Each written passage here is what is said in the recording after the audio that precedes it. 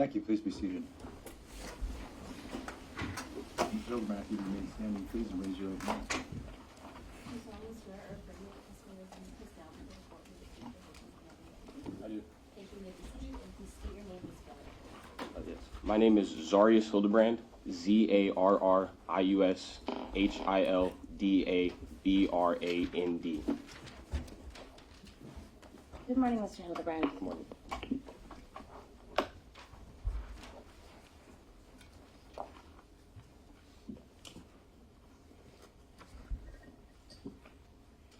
Mr. Hildebrand, what is your birthday?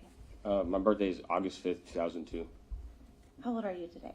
I'm currently 23. And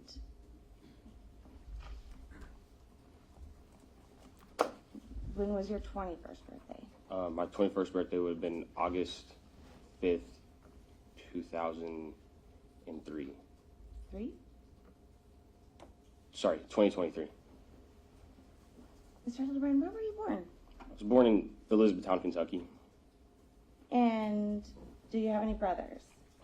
Yeah, Do you have adopted brothers or blood brothers or both? I have both. How old were you when you were adopted? When I was adopted, I was 6, but I went to foster. Or when I was adopted, I was 8, but I went to foster care when I was 6. And when you went to foster care, did you have did you have blood brothers with you? Yes. What were their names?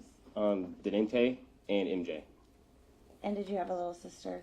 Yes, And were they brought into your foster home with you? they were. And did they go to your adoptive parents' home with you? They did. And then you said you also have some adopted relative brothers. Can you tell us about them? Yes, they were my 2 older brothers, Caleb and Bradley. And did you grow up with them? Bradley not so much, and then Caleb was there every other weekend. So And can you tell me, did you grow up with MJ? I did. What was your first memory of MJ? Just him being a little brother. Okay. Can you tell me do you remember much about your life before you went into foster care?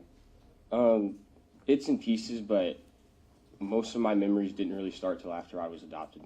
Okay. Do you recall if you've ever, before you went into foster care, what do you remember about your biological mom? Not a lot. Kind of a ghost type presence. Like, I knew she was there, but I don't ever remember physically seeing her. Do you recall if you ever got in the way between your mom and MJ somehow? Not my mom and MJ, but my mom's boyfriends. I took a butt whooping for my little brother at one point. How old were you when that happened? 4 or 5. He was still a baby when I did that. And when you went to your mother Paula's home, how did your relationship with MJ develop? I saw him as an annoying little brother until he got about 6th grade, and that's when he started to get active in sports and start growing up, and that's when I kind of realized that I wanted to be the older brother for him that I didn't have. What do you mean by that? So my older brother we're very different, and me and MJ were very much more alike, and I wanted to kind of help guide him to make sure that he did everything the right way. And how far behind in school was MJ from you? 4 years, 5 years. Do you remember where you went to high school? I went to Central Hardin High School. What year did you graduate? 2020. Did you get to walk for your graduation, or was it during COVID? It was a soft walk. but I did walk across the stage for my graduation. And what did you do after you graduated from high school? After I graduated high school, I worked a little bit, worked at a Ford dealership for a little bit, and then I moved away, worked at a factory, and then came back home and realized that that's when I wanted to join the Army. How old were you when you joined the Army? I was 19. Why did you join the Army? I needed a sense of direction in life. At one point, my mom found a bunch of beer cans and was like, you need to do something with your life, and the Army was the direction I wanted to go. So tell me about basic training. How old were you when you went to basic training? I was 19 when I went through basic training. What time of year and month was that? It would have been September of 21 is when I started going through basic training. What is basic training like? It's one of the most stressful environments you'll go through. They try to take you from a civilian and form you into a soldier, essentially. Did you meet anyone that you would grow to be friends with at basic training? Yeah. Did you meet Saria at basic training? I did, yes. Tell me about the first time you saw her. The first time I saw her, we were in formation. I was in 2nd platoon and she was in 4th platoon, and so my platoon was in front of hers, and I remember someone yelling my name or like whispering like Hildabrand, and I looked back and that's when I saw Saria. That's the first time I saw her. What'd you think? I found her attractive, but I didn't really pursue it at the point. And you were in basic training at that time? Yes, ma'am. Did you ever go on a date with her? Yes, we went on a date in AIT. And can you tell the jury what AIT is? It's essentially Advanced Individual Training is what it stands for, and it's job training. So, like, I was a 13 Bravo, and my AIT taught me how to do that. What is that? 13 Bravo is just a cannon crew member. Cannon crew member. Cannon crew member. Yes, ma'am. How big of a cannon? I was on the 777, so it's a 155 millimeter round. It's, the best way to describe it is massive. It's a massive piece. So tell us about this first date when you were in AIT. So when you're in a training environment, which is what AIT is considered, it's considered TRADOC, and there's what's called a battle buddy system, and it can be 2 guys can go out by themselves or 2 girls can go out by themselves, but it can never be just a guy and a girl that go out by themselves. So one of my friends said, hey, let's go to the PX. It was Saturday, I didn't have anything else to do. I figured, why not? And I get to the PX and we sit at a table, and then Saria's friends kind of drop her off and run away and leave me with me and my friend. He's sitting like 2 tables down, and it's me and Saria. And to give us a little bit of background on this, what state were you in at that time? I was still at Fortsville, Oklahoma. And what is a PX? It stands for Post Exchange, but it's like a big store that sells everything that you could ever need, essentially. Does it have any fast food restaurants or? It's kind of like a mall. There's restaurants, there's little stations, and then there's the big store attached to it. And who was the friend that set this up? Zach Farrar.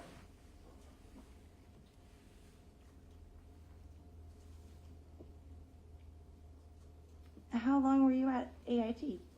A couple months. My AIT was only 5 weeks, but I was a holdover for airborne school, so that took a little bit and took a while for me to go to airborne school. And how long were you in airborne school? Once again, probably about 5 weeks. I was a holdover because after I graduated, I had to get all my stuff situated so that I can come up to Alaska. When did you find out you were moving to Alaska? After I got my airborne orders, I didn't want to go to the duty station I was initially supposed to go to, so I picked up an airborne contract, thinking I would go somewhere else, and I ended up coming to Alaska instead. Do you remember the month and year you came to Alaska? March, April of 22. Were you still dating Saria at that time? I was.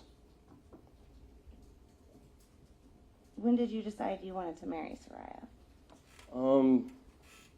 Say when she first came up here, she came and visited me on my first block leave, which was in June of 22, and that's pretty much when I decided I wanted to marry her. Where did you get married? We got married in Utah. Who was there? Her mom, her stepdad at the time, her grandparents, and then one of her friends was there as well. And what day did you get married? December 29th. Did Saria live in Alaska when you got married? No, she still lived in Utah, but then ended up moving to Alaska. When did she move? She came up here in January and February of 2023. Were you living in the barracks?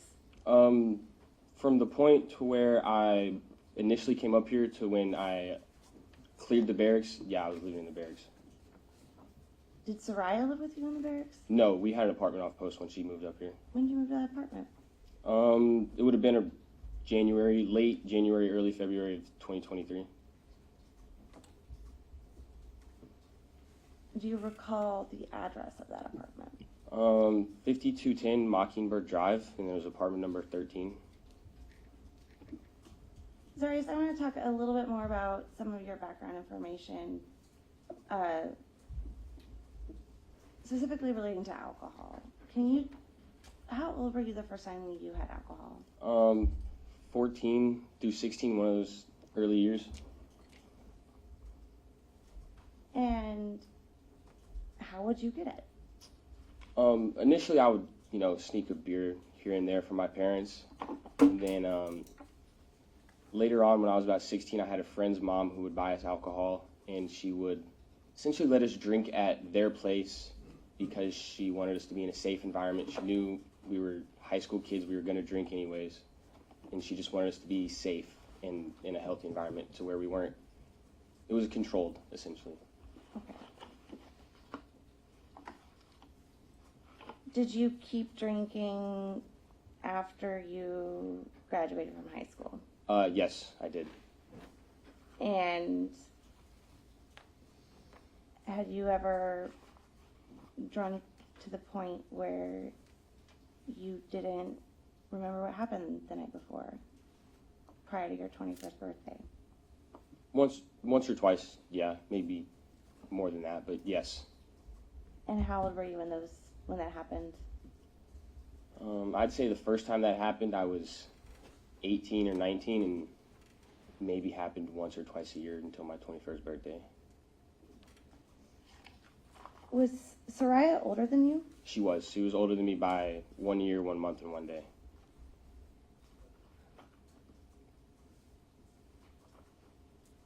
Did she ever buy you alcohol?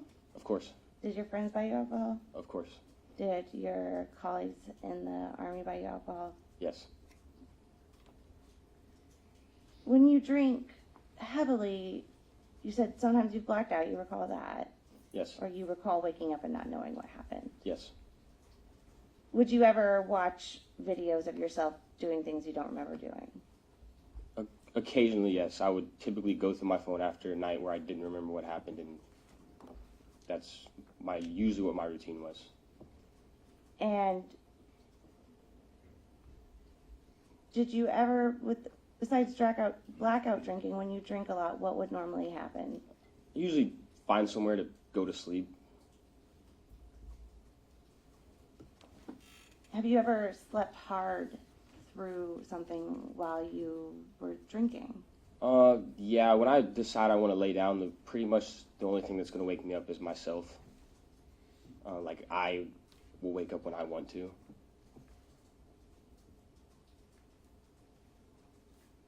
When you were 17, were you drinking at the point when you were 17 where you would just fall asleep?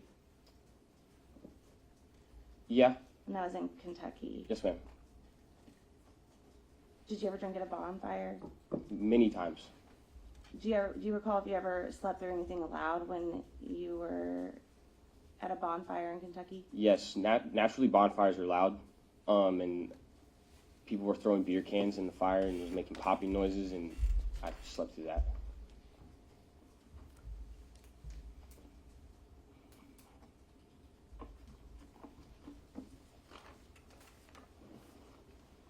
want to talk a little bit more about your relationship with Saria. I specifically want to talk about a girl named Cheyenne. Okay. Zarrius, who is Cheyenne? She was a woman I was having an affair with. She lived back in Kentucky. How did you meet her? We met when I was younger, before I'd left for the Army. How did you communicate with Cheyenne? We communicated on Snapchat. When did you start talking to Cheyenne on Snapchat? Initially, probably around 2020. And then we kind of fell off and then reconnected in 2023. What month? Did we reconnect? Yes. March, April. When you were married to Saria, correct? Yes, ma'am. Did you ever have a conversation, or were you ever confronted about Cheyenne by Saria? No. Were there other girls besides Cheyenne? Just once, yes. Did Saria ever confront you with suspicions that you were cheating on her? Yes. And when was that? That would have been around April or May of 2023. How can you remember that date? How? Yes. I tend to use when I go out to the field to kind of date my years, and we had just recently came back from the field. So when did you go to the field last in 2023? July of 2023. And before the July 2023 field training, when was the time that you'd been out before that? February into March of 2023 was a pretty big training exercise. How many weeks was it? 5. Where was it? It was, I'm going to say Fairbanks because I don't really know the interior very well. But it was, I remember my phone locating it at the North Pole. Did you take your phone with you to the training? I had it on me, but like once it's called going into the box, the phones were kind of left off because it was a very serious training environment. And did Saria confront you about her suspicions of cheating after your February-March field training in Fairbanks? She did.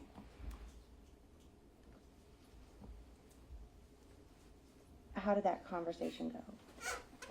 She basically just wanted to know what was going on and why, and just normal, why are you cheating on me questions. Did you feel guilty? Yes. But you kept talking to Cheyenne. I did. Why would you do that? Because I felt it would have been suspicious if I just stopped talking to her in general.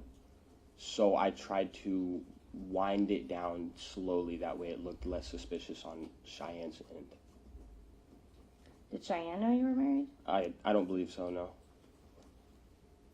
Okay. We're going to talk more about your Snapchat conversations later.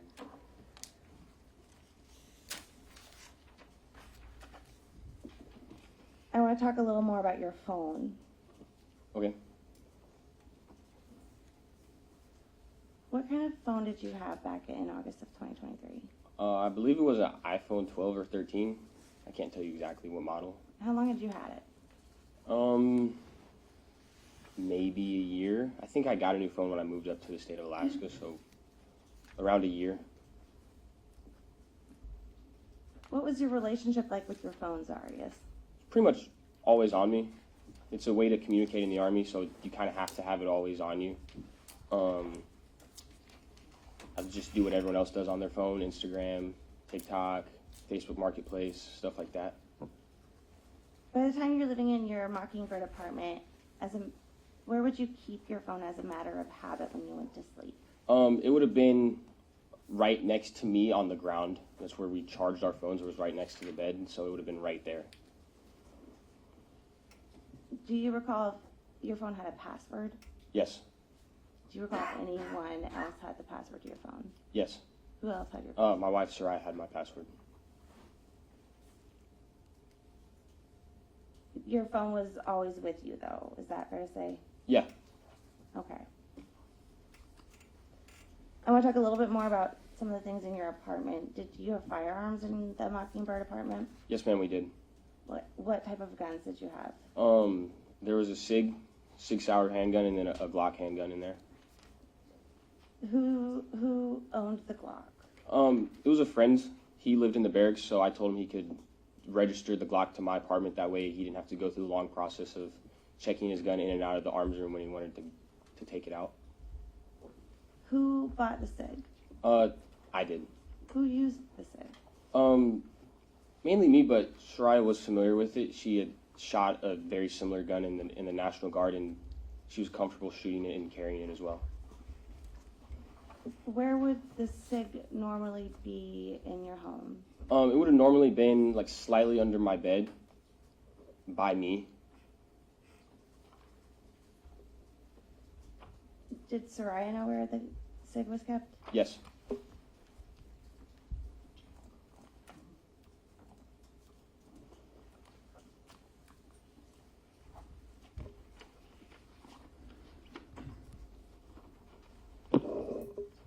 Zarrius, I want to talk to you a little more now about your 21st birthday. Yes, ma'am.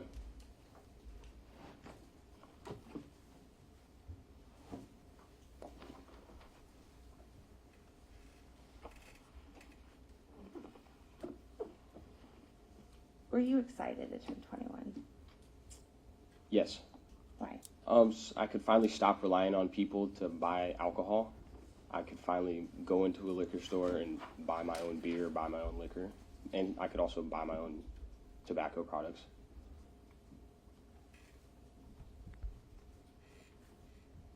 Your memory of August 5th, 2023, your 21st birthday, do you remember everything that happened that day? No. Okay. I want to talk to you a little bit about your memory the following days. Do you remember everything that happened from August 6th, 23 to August 11th, 2023? I do not. We saw in the course of this trial, we've seen cell phone records, for example. Does your memory work like a cell phone? Can you remember everything verbatim like a phone? No, ma'am. Okay. And the time from the morning of August 6th, 2023 to August 11th, 2023,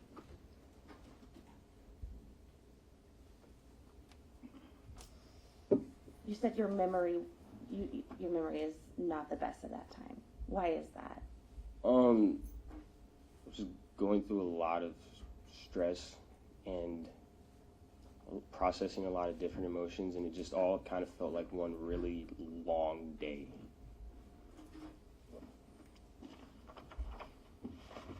When you look back on those days, do they feel real? No, it kind of felt like I was watching myself like third person almost. Has it been difficult to see what you've seen throughout the course of this trial about those days? Yeah. So let's go back to your 21st birthday on August 5th, 2023. What's the first thing you remember on that day? The first thing I remember was Saria came home. She had got a bunch of decorations and stuff, and I was a little upset because I didn't want my 21st birthday to be that big of a deal. I didn't really want to decorate for it. And I was a little upset, but we moved past it. It was nothing it was nothing after that. After we moved past it, it was irrelevant. Did anybody that you're friends with come over to your apartment? Yes, Marie came over later that evening after we went out to eat, because we all went to Dave & Buster's together. Where'd you go out to eat? We went to Naruto's. It's a ramen / sushi place in town. And do you remember if you drank there? Yeah, I did have a beer there. It was my first official beer, being 21. Do you remember what that beer was? I don't know how to pronounce it, but it was Sapporo's, I believe is how it's pronounced. And so you left dinner and went home, and Marie was there. Was anyone else there? At that point, no, it was just me, Marie, and Saria, my wife. And then you said you went to Dave & Buster's. Yes, ma'am. What was Dave & Buster's like? It was fun. We met a couple more people that were going out with us. We really wanted this pickle Rick. Like, it was about a 3-foot tall stuffed animal that we really wanted. So, like, it was my main objective that night to get the pickle Rick. Did you drink at Dave & Buster's? I don't remember. Were you buzzed at Dave & Buster's? At that point, yeah, I had a buzz. How much had you drank before you went to Dave & Buster's?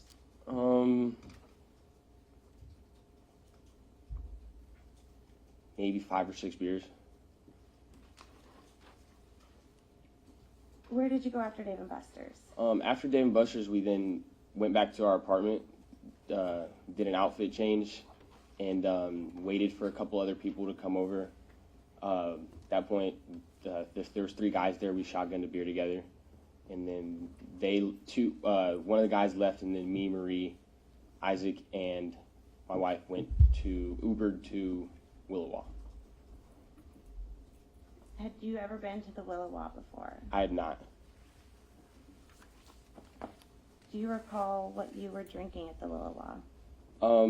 Yeah, initially we were taking shots, and then started drinking trash cans and AMFs. And AMF, that has a name. Yeah, that AMF is an abbreviation. Without saying the last word of it, what are the first 2 words? Adios, mother effer is what the AMF stands for. Are those strong? Yes. How many of those did you have? At least 2, and then I also had at least 2 trash cans, which the trash can and the AMF are essentially the same drink, except for the trash can has a Red Bull, like, on top of it.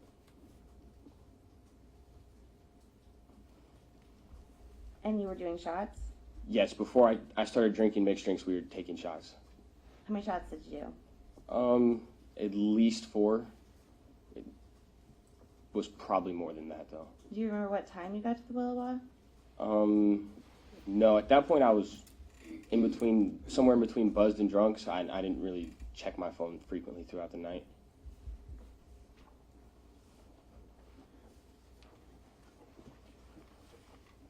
Do you remember leaving the Willowa? I do not. Okay.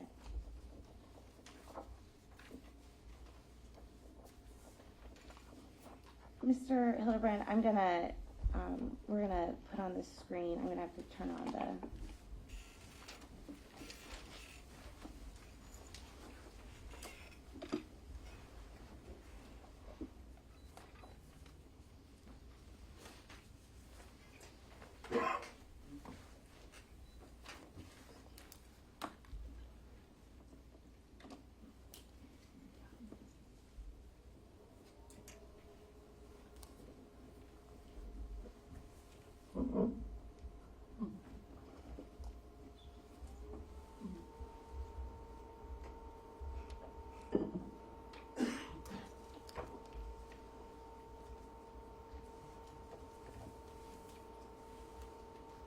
Mr. Hildebrand, I'm going to approach you with what has been admitted as Plaintiff's Exhibit 297.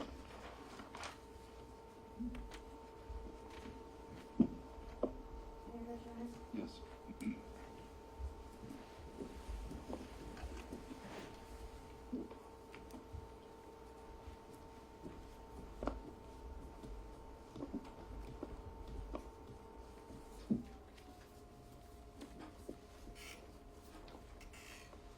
Quick, maybe dim the lights a little. And if you look behind you, do you see Plaintiff's Exhibit 297? Yes, ma'am. Mr. Hildebrand, do you recognize that Plaintiff Exhibit's 297? Vaguely.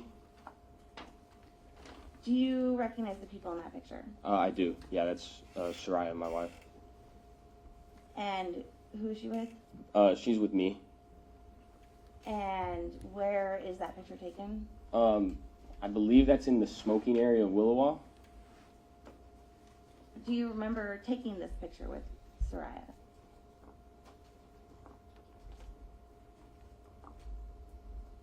Kind of. This is one of my last memories of the night. This is when the night starts getting spotty. Zarrius, have you seen pictures of yourself when you're intoxicated before? Yes. Can you tell, how do you look in this picture? Well, my eyes are kind of lower. I'm smiling, I'm always smiling when I'm drunk. And then throughout the process of me drinking, my hat tends to make its way backwards. And that's how I know that I'm drunk in this picture. And next I want to talk to you about State's Exhibit 298. If you look to this screen, do you recognize Plaintiff's Exhibit 298? I recognize the people in the picture, yes. Who's in that picture? That would be me leaning on my wife's shoulder. And do you remember this picture? I do not. Do you remember, do you know, based on your memory, do you have any idea where this was taken? No. But you've seen it in the trial? Yes. Okay. How would you describe yourself in this photo? Passed out drunk.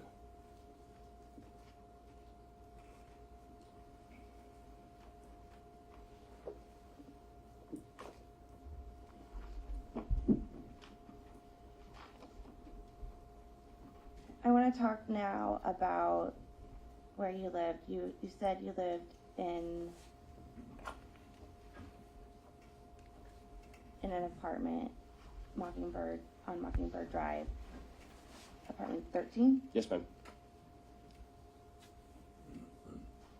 And you've seen in the course of this trial, have you seen Plaintiff Exhibit 17?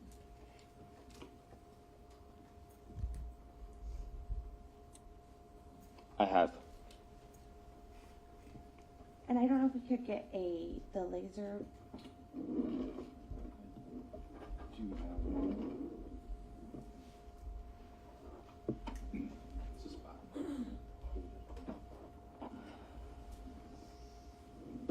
Can you show the jury with the laser pointer on the screen where your apartment was in Plaintiff Exhibit 17?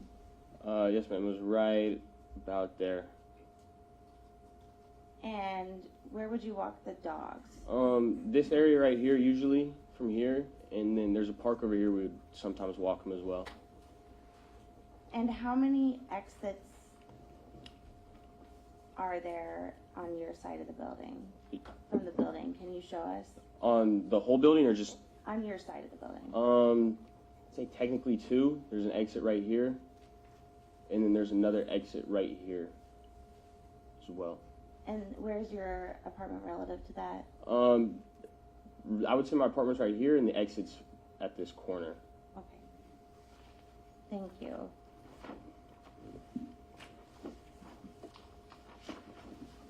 I have another question that's just to clear something up. You've seen Plaintiff's Exhibit 335. I have, yes. Do you know who that is? Yes. Who is that? That's just someone I was in the basic training and then AIT with as well. Okay. Did you have any reason to suspect any sorts of affairs or anything like that with this person? No, that was one of my friends. Okay. And Plaintiff's Exhibit 98. Do you recognize that? Yes, ma'am. What is that?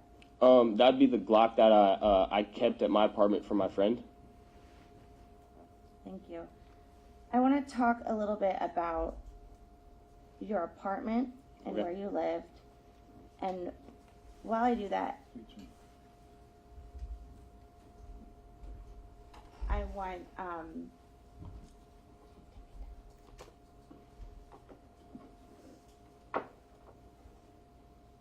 so I want to talk about the apartment you live, specifically the apartment complex Yes, ma'am.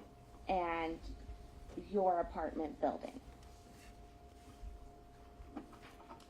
And while we do that, would it be helpful for you when we're talking about your apartment to have a diagram of it? Yes, ma'am.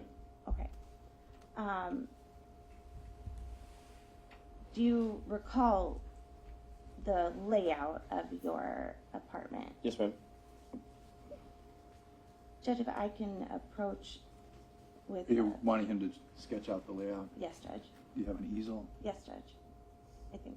Right.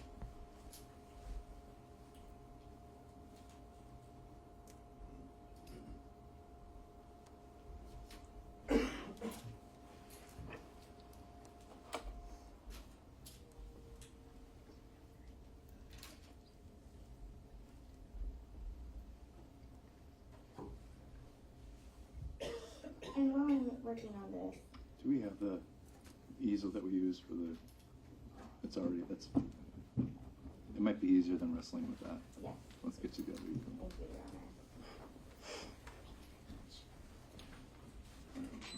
Honor.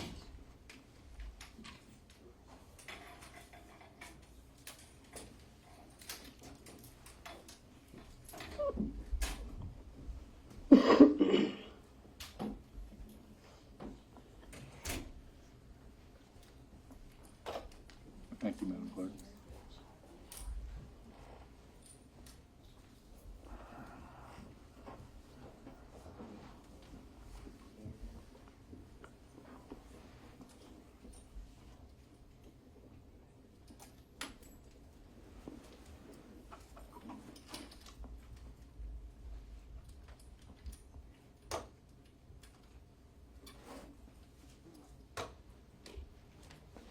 Zarrius, while I'm working on this, if you could take your microphone and come into the well. Walk around? Yeah. Yes, ma'am.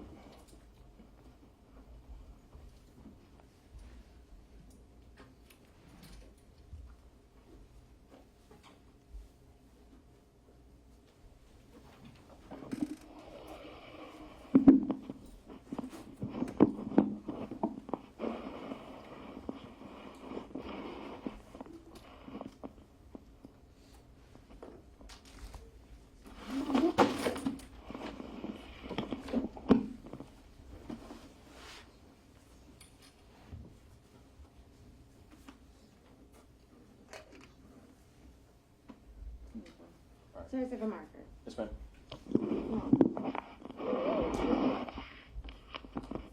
You folks all see? So can you draw the outline of your apartment? 13. Yes, ma'am.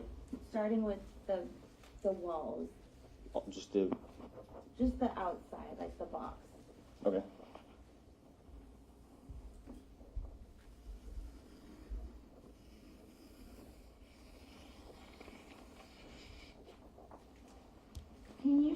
Can you draw where the front door is? Yes, ma'am.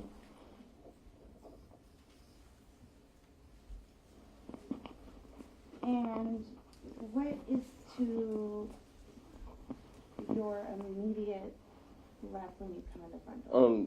After you come to the front door, there's a closet right here. There's a little closet. It's just coats and shoes. Where's the kitchen? The kitchen is down a hallway over here in this corner right here. Where is the dining room? Directly next to the kitchen. That wouldn't really consider a dining room. We just had a kitchen table right here, or a dining room table, I would say. Where's the living room? The living room's over here. You want to draw it? Okay. Like here. Sorry, the proportions aren't really the best, but say that's the living room. Where was your bedroom? My bedroom would have been over here.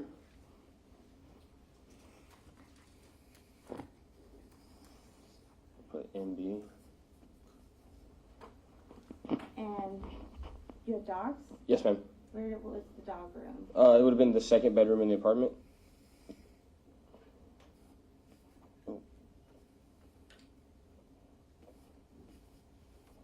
Where was the bathroom? The bathroom was kind of right here.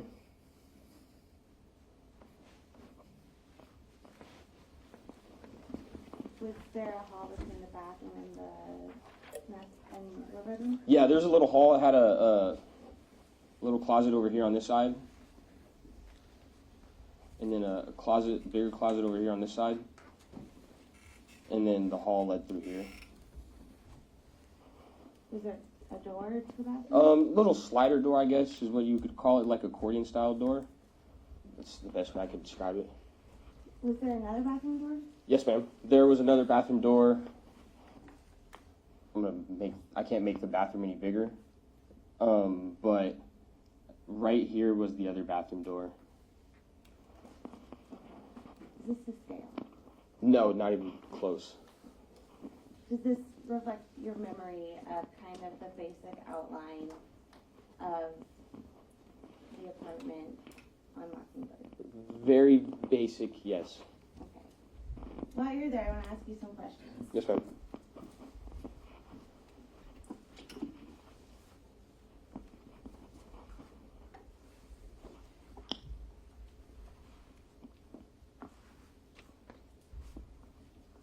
Mr. Hildebrand, do you want to just step aside for a minute so Oh, we can all see? yes, I ma'am. think some of them you're blocking their view.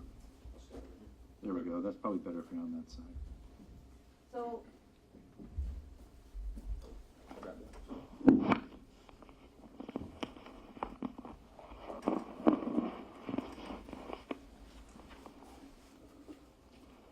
kind of, can you explain this? Where's the front door again? This is the front door, 13. So when you come in the front door, what do you normally do? It depends on what's going on. Usually I'll go over here to the living room. I didn't label that. Usually go over to the living room, take my boots off, and then like start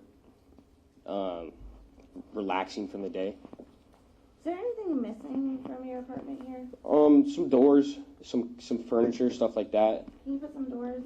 Yes, ma'am. There's a door to the main bedroom right here, and another door to the dog room right here. And is there where's the couch, for example? So we had two couches. There was one right here.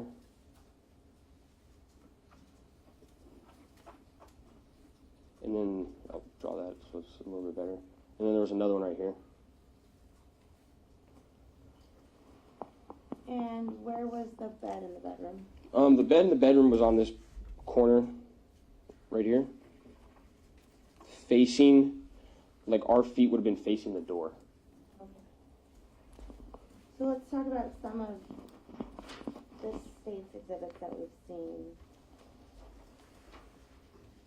Let's talk about State Exhibit 61.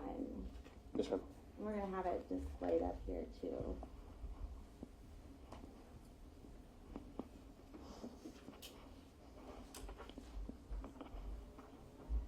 Zarrius, do you recognize State's Exhibit 61? Yes, ma'am.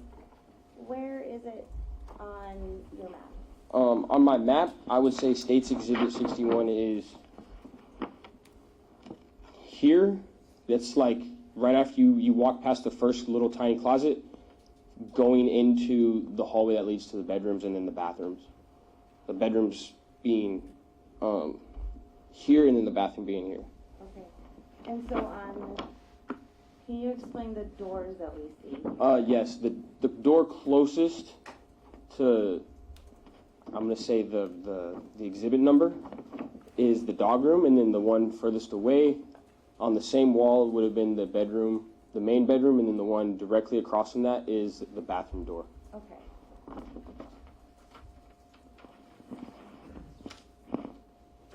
And then State's Exhibit 69, do you recognize that? Yes, ma'am, I do. This is that little accordion style door I was telling everyone about right here that is in the bathroom facing the main bedroom.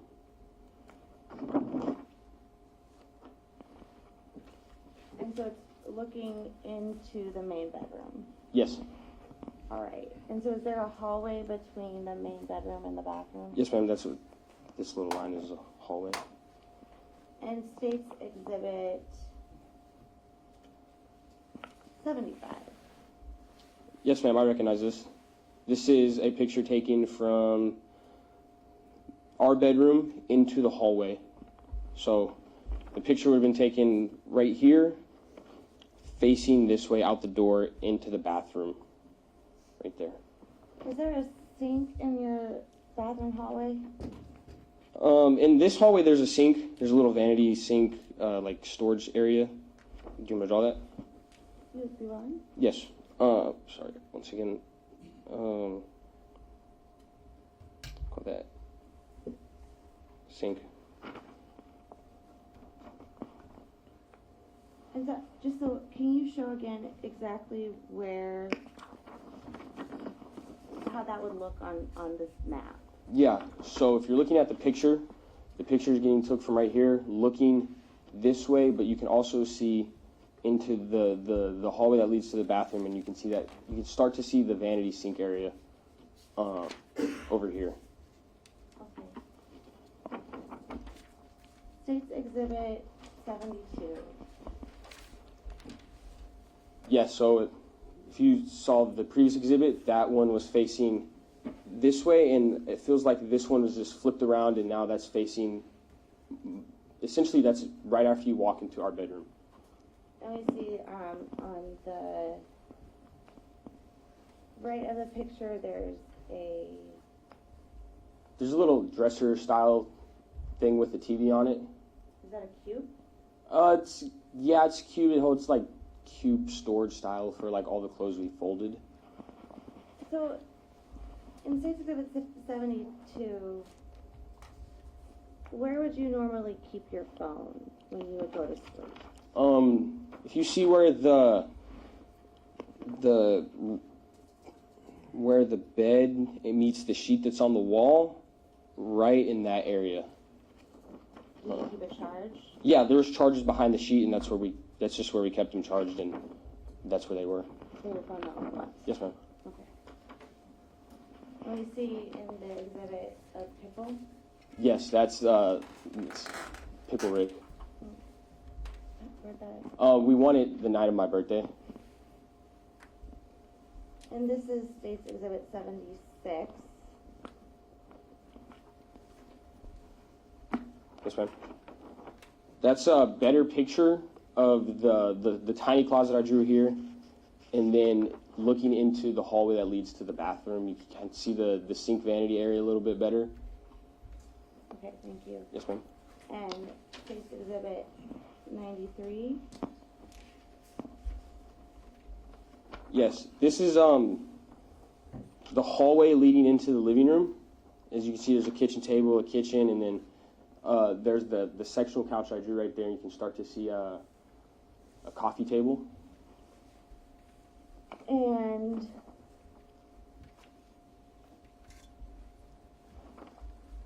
State's Exhibit 92. It's just another picture. It's more centered towards walking into the living room. And where's the hallway on the picture? On the picture, can you hold these real quick? Sorry, this would have been the hallway. I feel like I'm making this worse, but the hallway, and then there's like another hallway right here that leads in. On the picture, can you label the hallway as tile? Yeah, sure. And then the living room is and kitchen area, was that carpet? Yes. Carpet? Okay. Yeah. And then the kitchen was also like tiles. The kitchen was also tile. Okay. And is this an accurate depiction of your kitchen? Yes, ma'am. Exhibit number 103. 103. And we see a fridge. Can you point out the fridge in the kitchen on that? Yeah, the fridge would have been like right at the edge of the kitchen. So this would have been the fridge. And we also see that there's kind of a island wrap around. Yeah. The counter. Yeah. And on the other side of the kitchen, is this carpet? Yes, ma'am. Okay. Thank you. I'm going to leave that there and we can come back to it later. Yes, ma'am.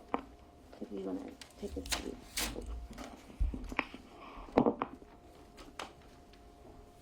Are you leaving that easel up? What would you like? Should I? Are you needing it? I'll take it. I'll put it down for now. Thank you.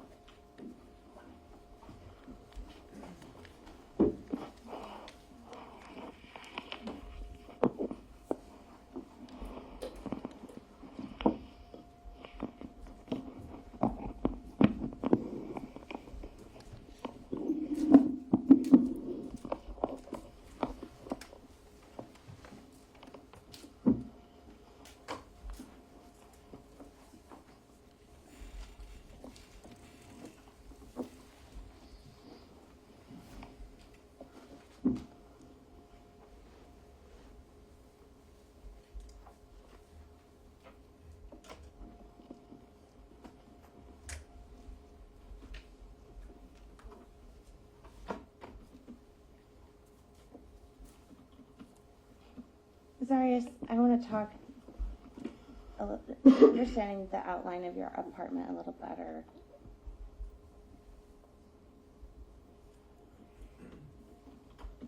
What was the last thing you remember on your 21st birthday? I remember, like, I wanted to call it a night. I remember, like, leaning on my wife and probably yelling into her ear that I wanted to go home. Like, let's leave, let's go. Do you remember what time that was? I do not. Where were you? We were still at Willowell at that point. Okay.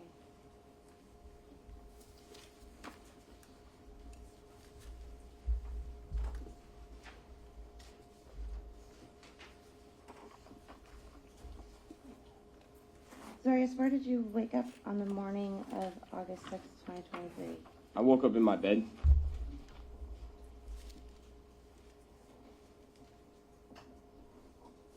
And the bed in your apartment? Yes, ma'am. Okay. Do you recall where your phone was? No. Do you recall where Saria was? She was lying next to me. Do you recall what you were wearing? I knew I was wearing boxers, but no. Did you look for your phone when you woke up? I did. That was kind of the first thing I did. How did you feel in the morning? Hungover times 100. Still a little drunk from the night before. How'd your head feel? Felt like it was getting split in two.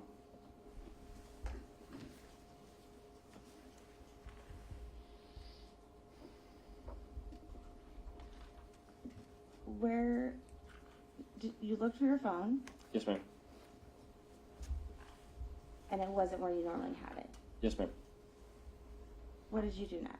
I began looking for my phone by calling myself off of my wife's phone. Okay. I'm going to show you State's Exhibit 292.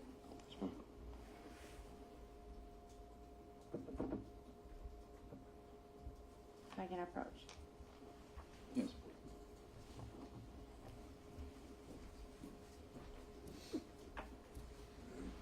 Do you recognize State's Exhibit 292? Yes, ma'am, I do. What is that a screenshot of? That's a screenshot of the 2 calls I placed to my phone off of Saria's phone. And where did you go? Did you hear your phone? I heard it buzzing, but the ringer wasn't on. Okay, so it was on vibrate. Yes, ma'am. And could you hear where it was coming from? Vaguely. Did you start looking around the apartment for it? Yes, ma'am.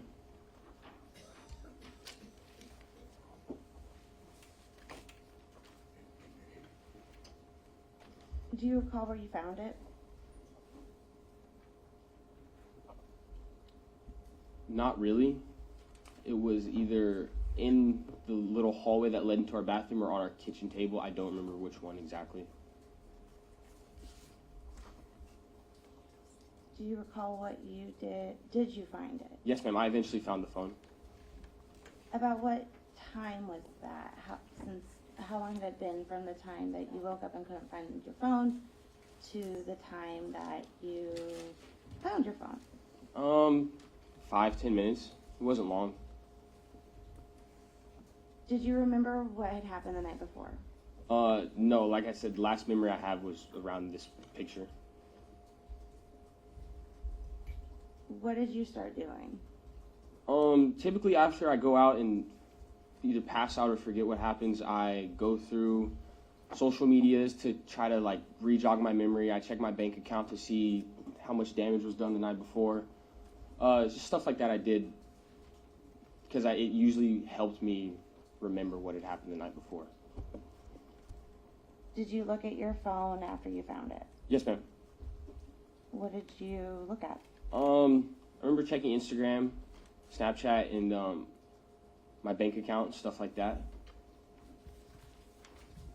What did you find on Snapchat? On Snapchat, I found on Snapchat it tells you when you screenshot a chat and then when someone else screenshots a chat.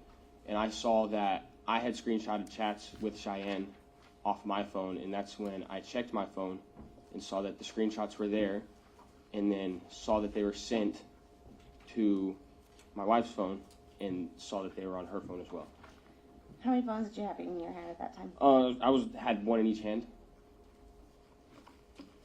And I'm going to approach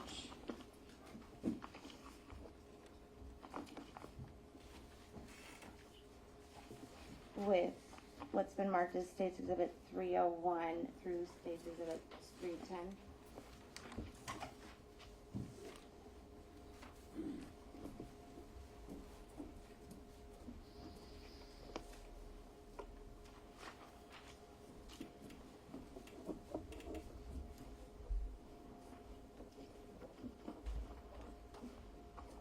Mr. Hildebrand, do you recognize 301 through 310? Yes, ma'am. I recognize all these. What are those? Pictures of me cheating with Cheyenne. About what time of year are those? April, end of May, Of what year? 2023.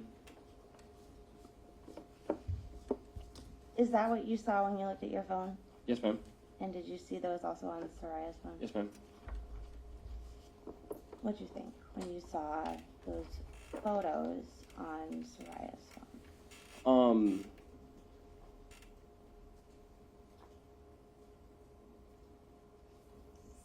Thought in oh crap, but in a much more vulgar way. Okay. What was going through your head?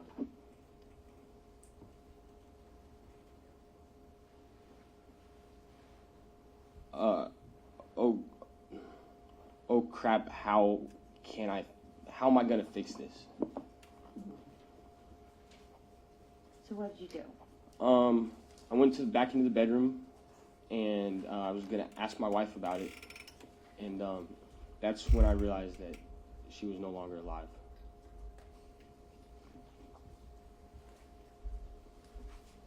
Were both of your phones in your hand? I had 2 phones in one hand, and she was like partially covered. I went to uncover her, and essentially the first thing I saw was the gunshot wound to the to my wife's head.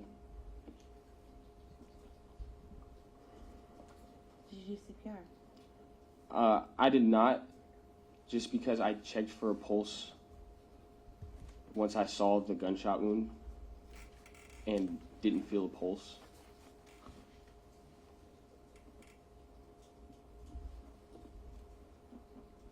What's going on in your head at that time?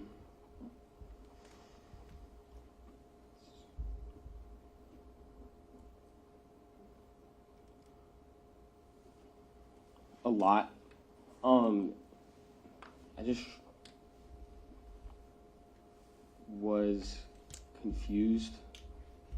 This is where the fear started to set in. I was hurt, and I basically didn't know what I didn't know what I was going to do. Use the word fear Yes, ma'am. and hurt. Yes, ma'am.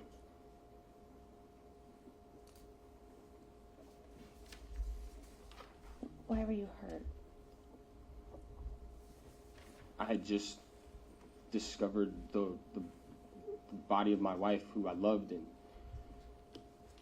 that's gonna hurt anyone, regardless of. It's just something that hurts.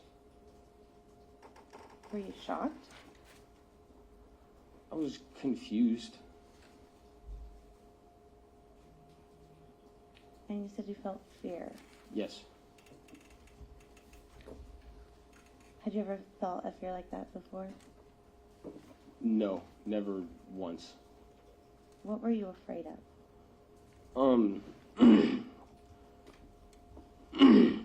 The first thing I was afraid of is having no recollection of the night before and just not knowing what happened. And then after that is when the fear of just letting everyone that I love down.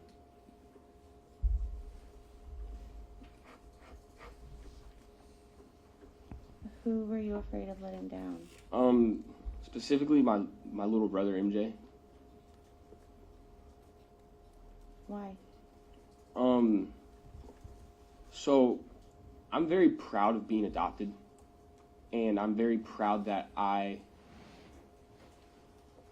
essentially got out of a life that wasn't good, and I took a lot of pride in that, and I wanted the people that I was just really proud of being adopted, and I was proud of my family.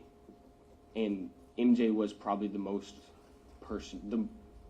who I was proudest of out of my family was my little brother. And I just didn't want to let him down. How did you let him down? I felt like I was his role model, like he wanted to be like me, and I feel like I immediately assumed the worst in this situation, as in what was going to happen next, and I just saw someone that my little brother, someone that I relied on, and he relied on me, just never talking to me again, and just that, the breakage of that such strong connection I had with him.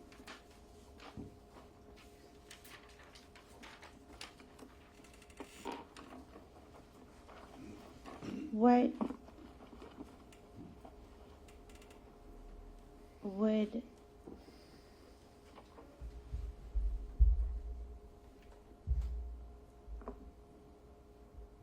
you found your wife deceased and you're afraid.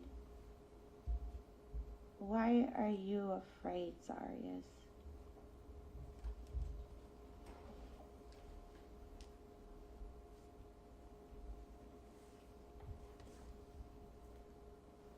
I was afraid Why? Yes. Because of what was going to happen.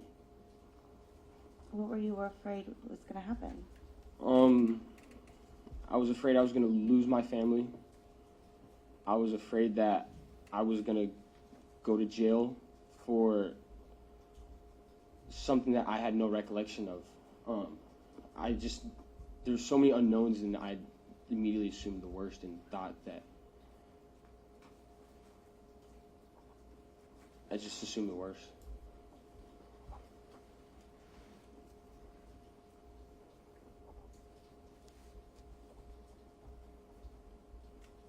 And so you were afraid that your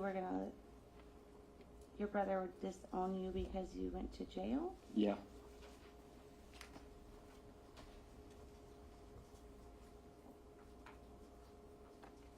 Were you afraid of what he would think? What I would think? What MJ would think? Yeah. Were you afraid of what the police would think? Yes. Were you afraid of what your mom would think? Yeah. Were you afraid of what Meredith would think? Yeah. Were you afraid that people would presume the worst? Yeah.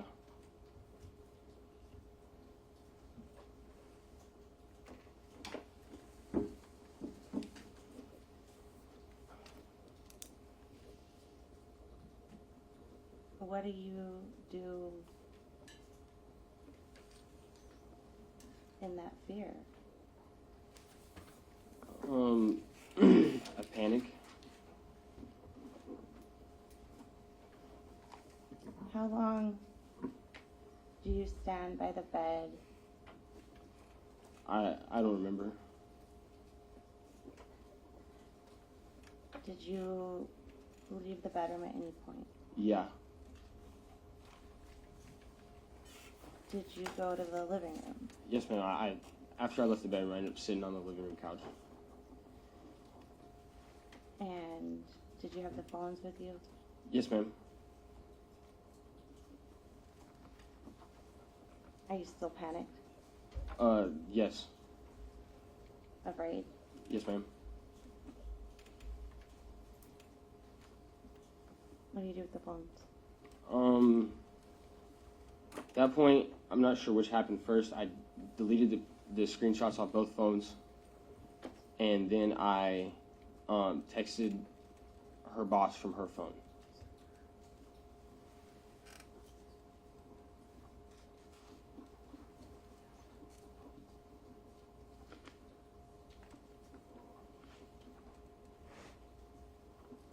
Why did you delete the pictures? They're just shameful and embarrassing, and it just seemed like the appropriate thing to do. Were you afraid of what people would see if they saw them? Think if they saw them? Yes, ma'am.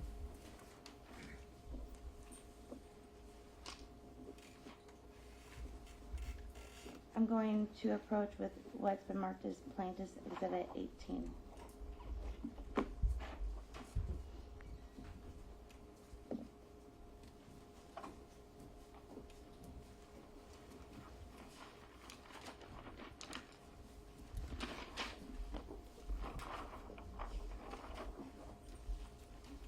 Zarrius, do you recall what is marked Plaintiff's Exhibit 18? Yes, ma'am. What time, what do you recall about that? Sending essentially a call-out text. Did you send the last message in State's Exhibit? Yes, ma'am. I sent the message timestamped at 10:44. And what does it say? It says, "Hey, this is Saria. I can't make it into work today. I went to Jimmy's last night and pretty sure I got food poisoning from it, so I'm sorry. I would have called Craig, but I do not have his number saved. Sorry." When you sent that? Yes, ma'am. Where were you sitting when you sent that? I was sitting on the couch. What are you thinking when you sent that? Shame, dishonesty, guilt. What are you guilty of when you're sending that? Guilty of lying to her boss. Did you have any idea what to do in that moment besides stall? No, at this point I was just stalling was the only thing I could think to do.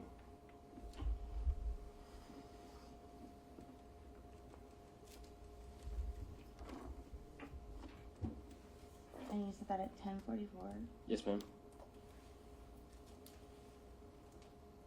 How long have you been awake at this point? 2 hours. And how many of those of those 2 hours, how long had you known that your wife was deceased? Hour and a half.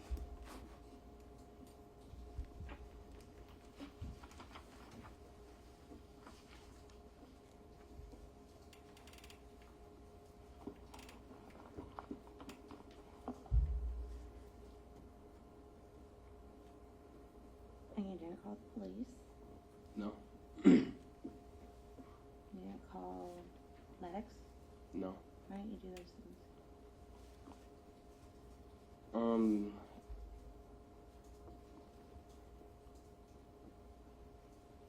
Goes back to the initial fear of the fear of what was going to happen. Were you afraid of being accused? Yes.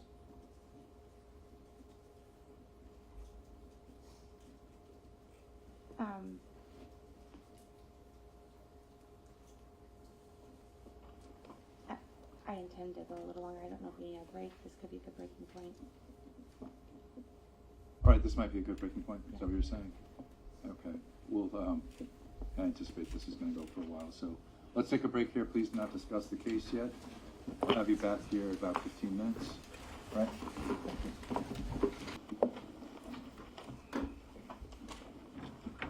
Zarrius, before our break, you were talking about the text message that you sent. What time did you send that message? I sent that text message at 10:44 on Sunday. On Sunday, August 6th? Yes, ma'am. And to kind of recap, what's going on through your mind when you're sending this message? I said previously, just a lot of deception and shame, guilt, dishonesty.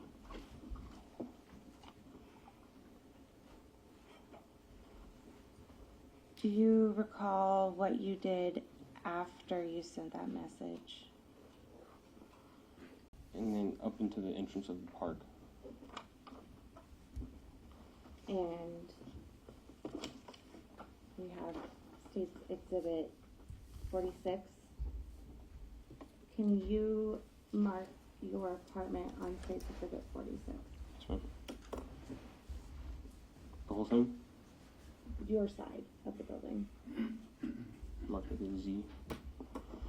And do you recognize, do you know the path that you would have walked on this exhibit? Yes, ma'am. Can you mark the path that you walked?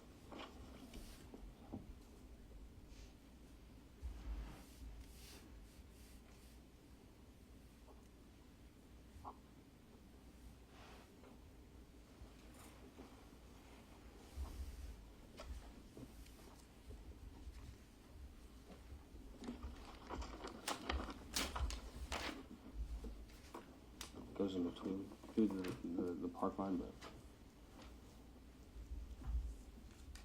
Zarrius, had you been there before? yes, ma'am. Earlier that day? Yes, ma'am. And Judge, I will mark these as Defense Exhibit D and Defense Exhibit E. All right. Thank you. Move to that. Any objection? D and E. They're admitted.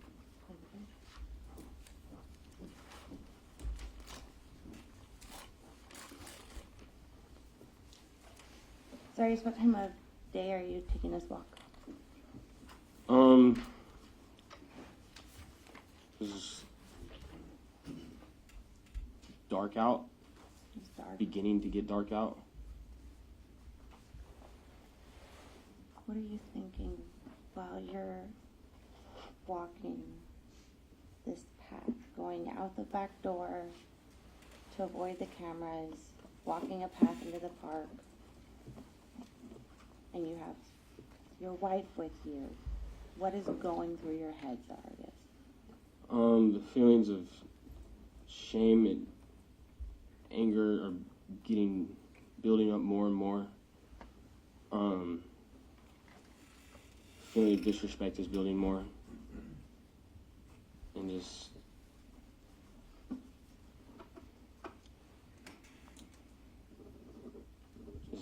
feeling so awful about myself for what was going on. Did you feel like you were in a bad dream? Yeah, yeah. Did you wish someone could help you? I still felt like there was no one to help me.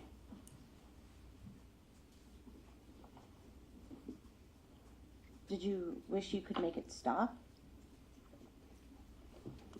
Yeah, I just wish it was, I don't want to say over, but I think wish I could make it stop was a better way to put it.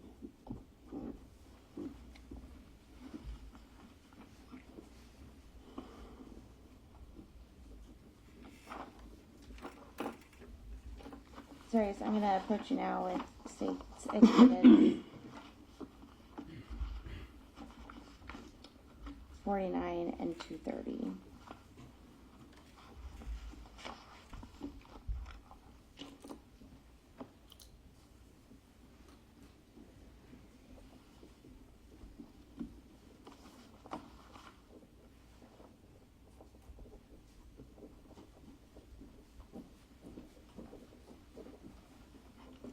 Do you recognize State's Exhibit 49 and 230? Yes, ma'am, I do. On State's Exhibit 49, what is that? That's the access road that led to the cistern or drainage pipe. Is that the road you walked on? No, ma'am. Okay. It was different. Yes, ma'am. Okay.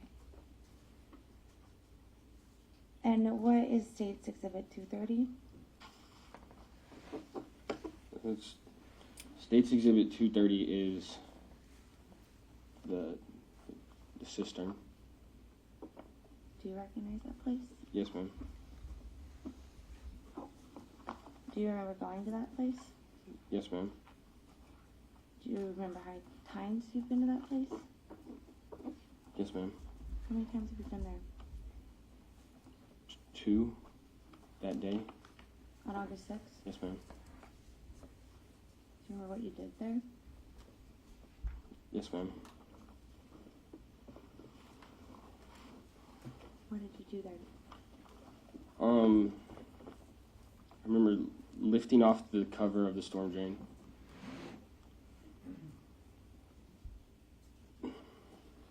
And then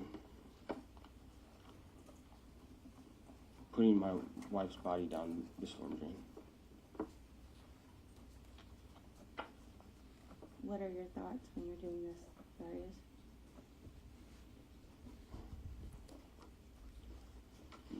More disrespect, more self-hatred. I remember I just felt so hollow and empty and just disgusted and just hating what I was doing and hating myself for doing it.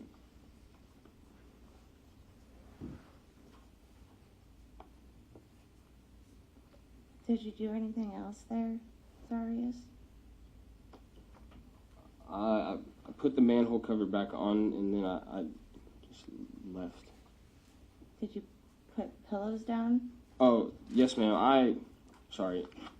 In the trash can, there was soiled bedding, had blood and stuff like that on it. And I put those down the cistern as well.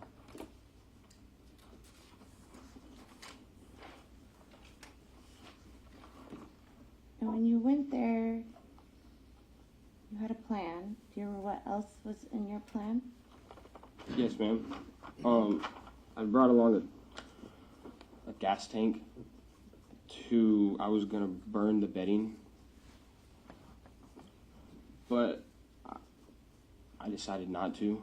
I just decided to put everything down the cistern.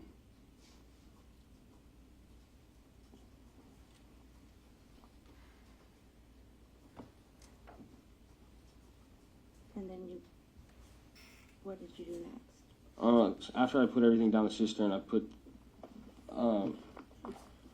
the manhole cover back on, I dropped the trash can off a little further into the woods, and at that point it was pretty early into the morning.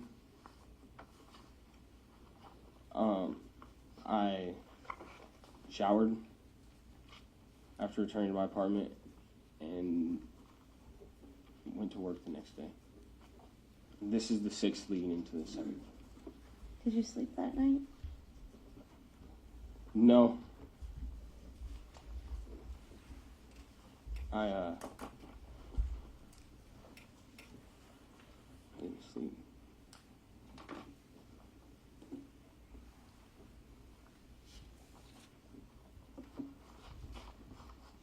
And how did it feel going to work knowing everything that you had done?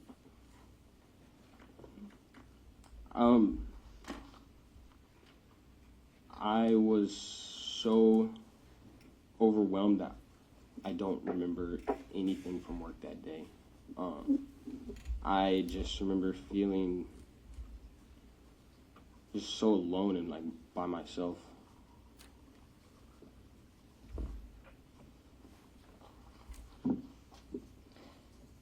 I want to take you back a little bit to earlier in August 6th when you were cleaning the bedroom.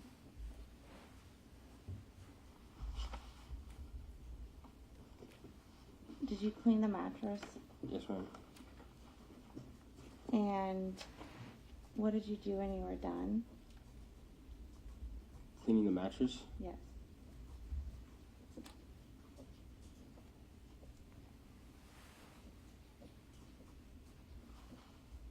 At this point, I started drinking, started getting drunk. I'm going to approach with State's Exhibit 166.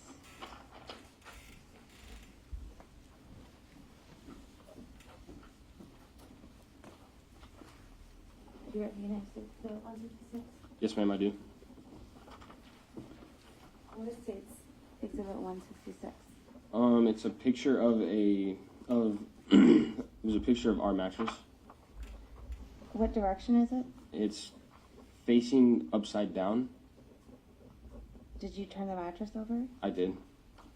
When did you do that? I did that after I cleaned everything up.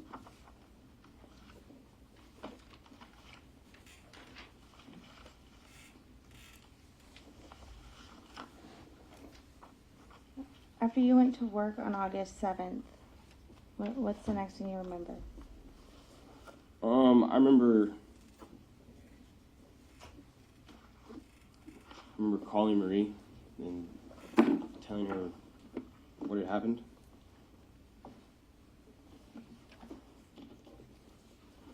Did you call Marie or did Marie call you? I think I used Saria's phone to call Marie, but Okay. Why would you do that? I didn't have Marie's information.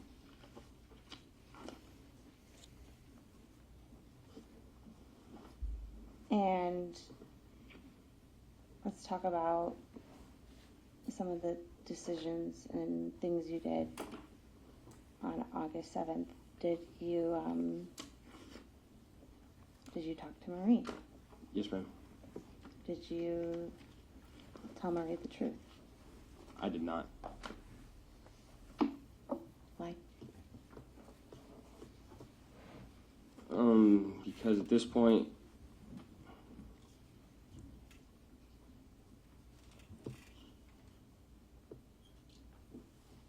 I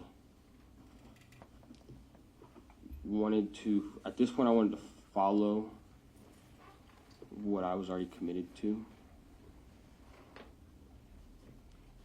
And were you scared at this point? Fear is something that is a constant during this whole experience. So yes.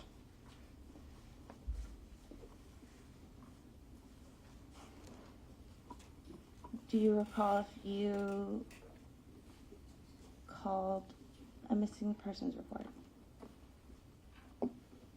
I didn't. Were you with someone else when they did? I was. And did you participate in the phone call? I did. Okay. And then do you recall if you spoke to a police officer and provided a missing persons report? I did. And you didn't ask for help at that time? No, ma'am. You lied. I did. Do you remember if you ever called Saria's mom? Yes, ma'am. After we made the missing persons report is when I decided to call Saria's mom. How did that phone call feel?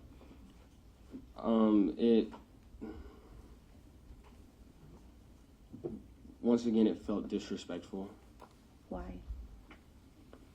Because I knew that her mom was going to fly halfway across the country to help with a missing persons case that I knew wasn't missing. But you made the call anyway, I did. and you didn't tell the truth in that call. I did not.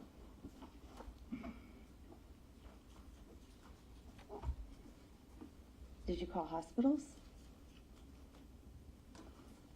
Eventually, Did you call jails? yes, ma'am. Did you call anywhere else? No, ma'am. And how did it feel making those phone calls, Zarrius?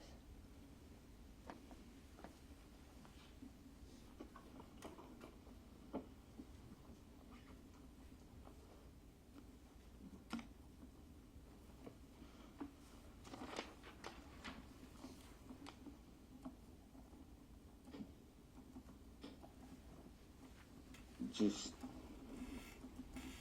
the same feelings, that more dishonesty, more disrespect, more shame. Felt shame? Yeah.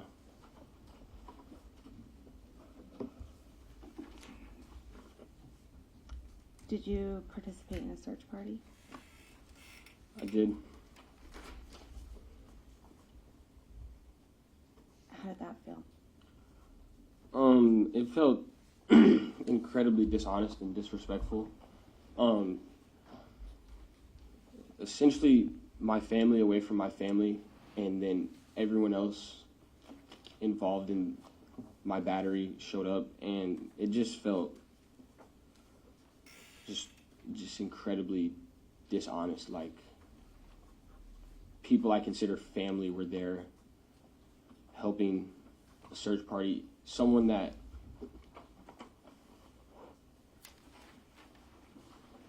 a lot of people that normally aren't emotional were showing me support.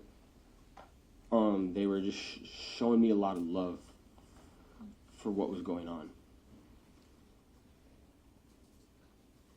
Did you feel like you were betraying people? Yeah, I felt like I was betraying my gun section, my sergeants, my just everyone. But you participated in it. I did.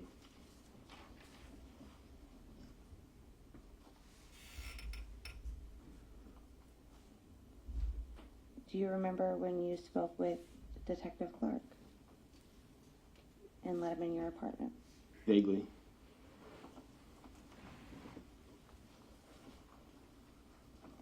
Did you tell Detective Clark the truth when you were speaking with him at your apartment? I did not. Why not?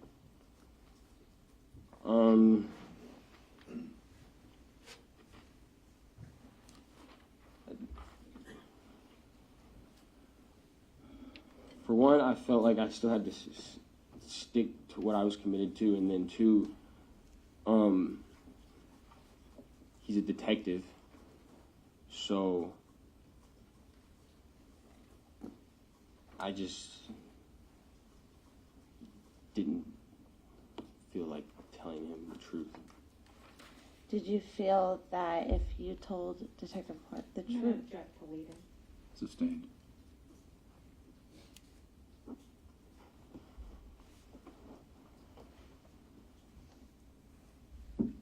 Were you afraid of being a suspect? Yes. Is that why you were honest with Detective Clark? It is.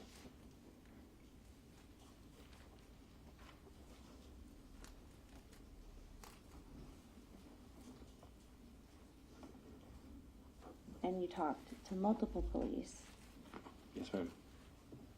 When you were speaking with them, were you afraid that you'd be viewed as a suspect? Yes, ma'am. And is that why you were not truthful with them? Yes, ma'am.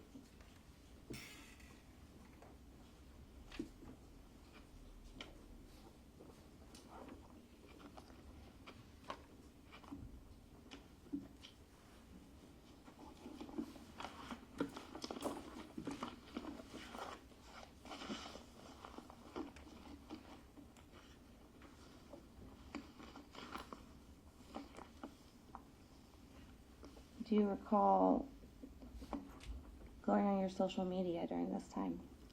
Yes, ma'am. Did you post anything about Saria? Yes, ma'am. I made a Facebook post of a flyer that either her family made or that I made. I don't remember which one, but I remember essentially just posting it on my Facebook and telling everyone to repost it and share it. How did that feel?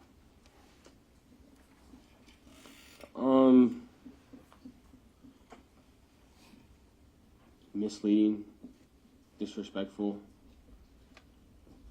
I felt like I was essentially leading the whole world on to something that wasn't the truth. I want to talk about State's Exhibit 132 and 133. Can we approach? Yes.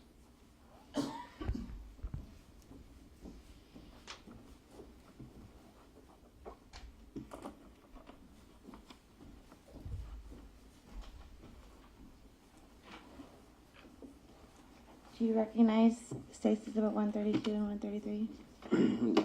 Yes, ma'am. What are they?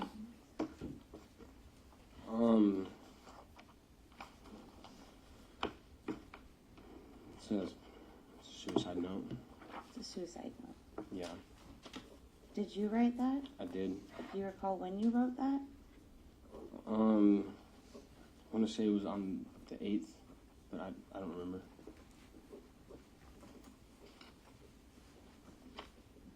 What thoughts were going through your head when you wrote that? I felt alone. I felt like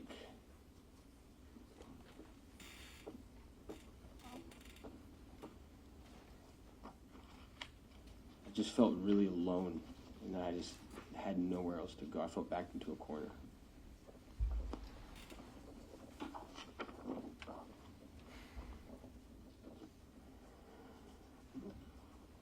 Did you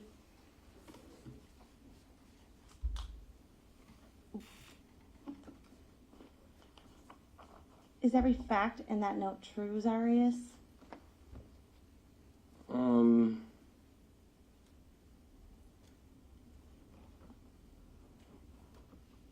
I'm not sure there's any facts in this note. Did you talk about Saria in that letter? I did. Is there a reason why where she is not included in that note?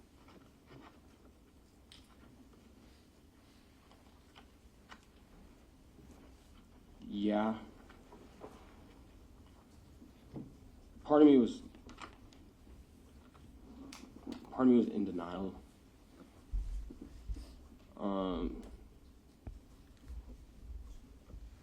I thought that even if I knew where she was, but I just thought that maybe I would just felt a lot in denial. Do you remember where you were when you wrote that note? Yeah, I was sitting on my couch. I'm going to approach with what's been admitted as States Exhibit 136.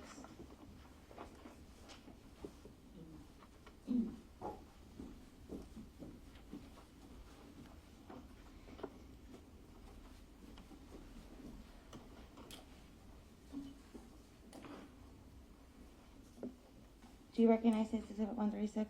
Yes, ma'am. Is that the couch you were sitting on when you wrote that note? Yes, ma'am. What's in the couch? It's a gun. Was that gun next to you when you wrote that suicide note? Yes, ma'am. But you didn't go through with that. Why not?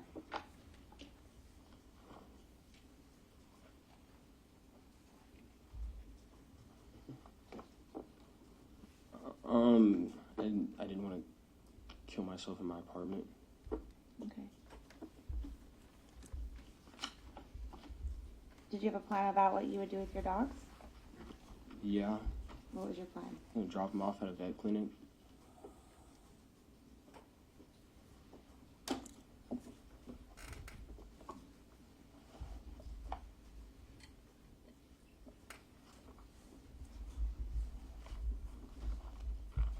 Do you recall everything that you did between the time that you woke up and found your wife deceased in your bed and the time she was found where you left her? I do not. I want to talk to you about some of the things we've heard in this trial about what you were doing on your phone. Yes, ma'am.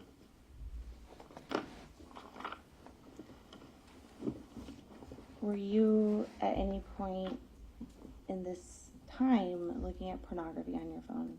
Yes, ma'am. Why were you doing that? I was attempting to find comfort in things that previously provided it for me. And is pornography something that you had found comfort in the past? Yes, ma'am.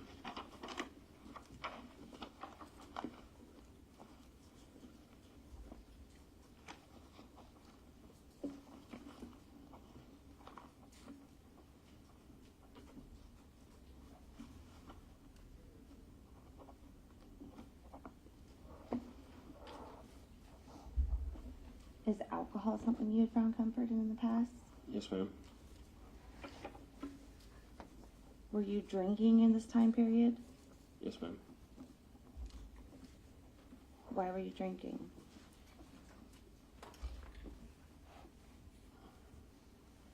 I just did not want to be sober. Was the drinking in this time period to you the same as the drinking that you did on your 21st birthday? No. How is it different? The drinking I did to celebrate my 21st birthday was celebratory. And this drinking was more to drown.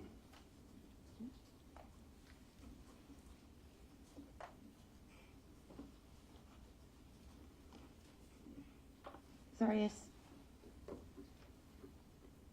where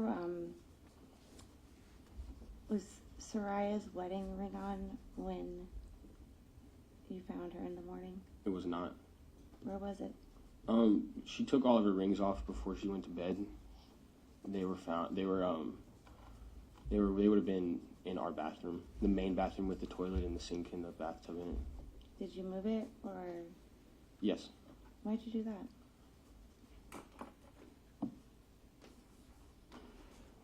I didn't feel like I deserved it. Didn't feel like I deserved to have the ring in my possession. So where'd you take it? Initially, I was gonna give it to her mom, but I didn't have a chance.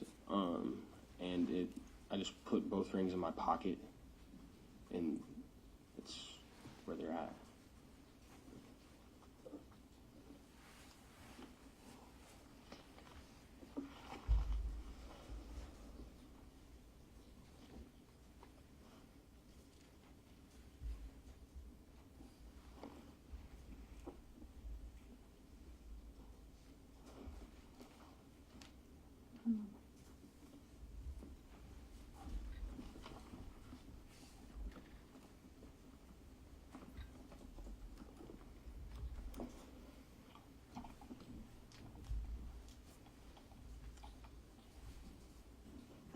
Zarrius, that's all the questions I have for you now.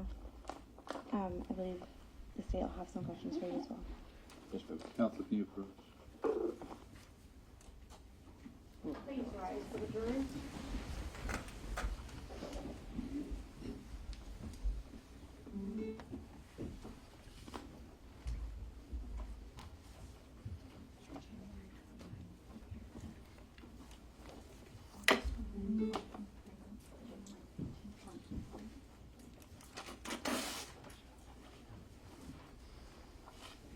I could please be seated.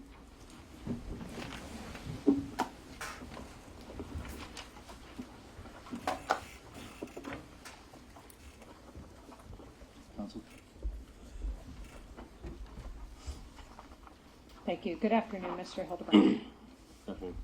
I want to start by talking about Saria.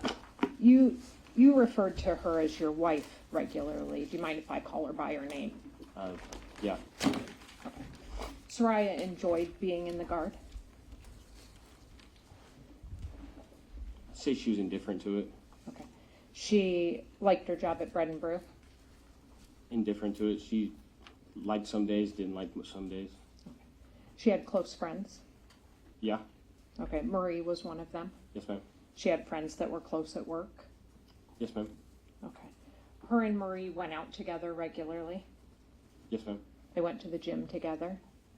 Yes, ma'am. They talked every day. Yes, ma'am. They went paddle boarding, kayaking, had bonfires. Yes, ma'am. Okay. Saria was planning for her future. Starting to. Yeah. She'd enrolled in school. Yes, ma'am. She wanted to be a combat medic.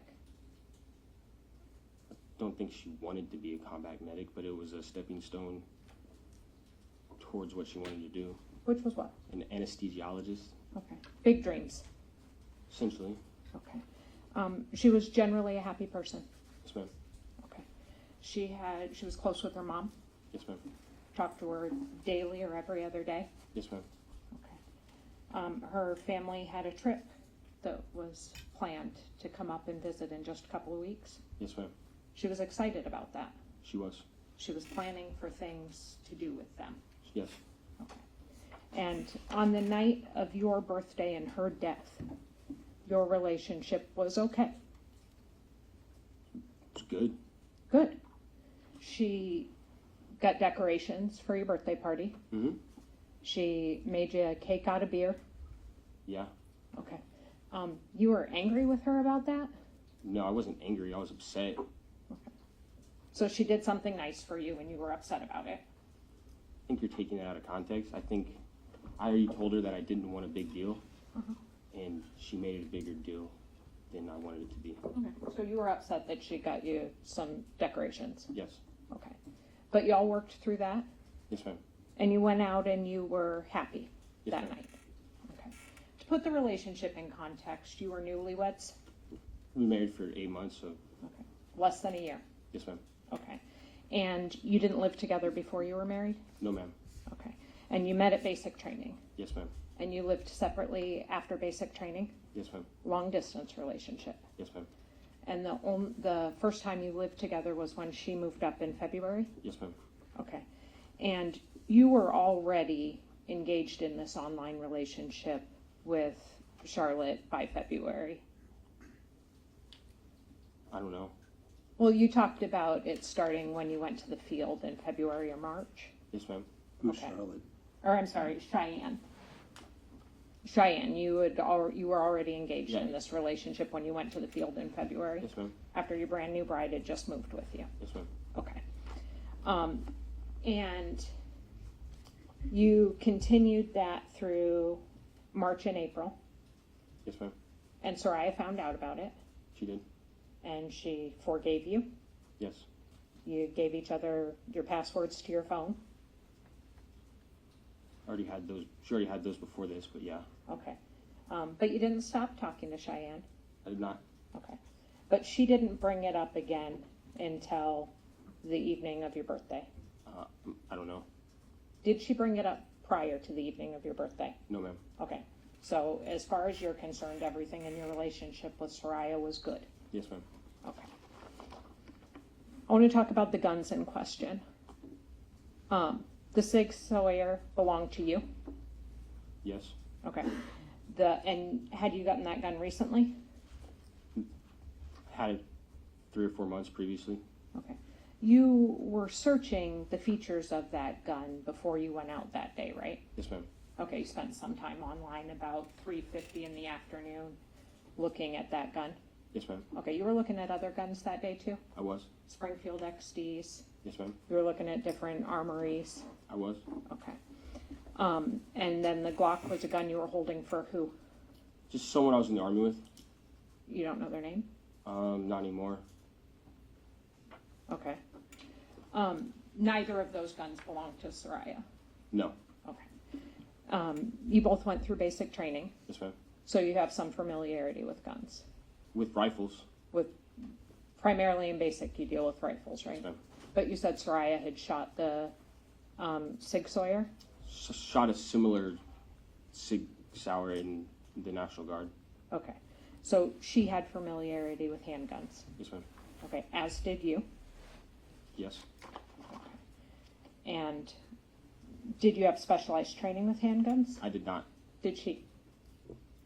I don't know what you consider specialized training, but I never qualified with a handgun, and she did. She did. Yes. Okay. So I want to talk to you a little bit about some of your testimony. You were asked probably no fewer than 15 times the emotions you were feeling after you found your wife dead and dumped her body. You described deception, right? Yes, ma'am. You described guilt. Yes, ma'am. You described disgust. Yes, ma'am. You described shame. Yes, ma'am. You described anger at yourself. Yes, ma'am. You described betrayal. Yes, ma'am. You described fear, Yes, ma'am. substantial fear. Yes, ma'am. You described stress. Yes, ma'am. You described exhaustion. Yes, ma'am. In all of the times you were asked, you never once said grief, did you? I did not, but I did say loss. Okay. You never said sadness, did you? I said emptiness. Okay. You testified that you went through this elaborate lie of your wife being missing and telling everybody that she was missing because otherwise people would assume the worst. Yes, ma'am. What's the worst? The situation I'm in now. What is the worst? Going to jail.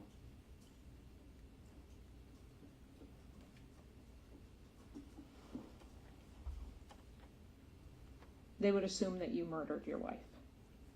Yes. Okay. And you have testified that after you were at Willowa, essentially, you have no memory of the evening. Yes. Okay. That gun's a loud gun to shoot? Say again? That gun is a loud gun to shoot? I mean, relatively to a normal person, yes. Okay.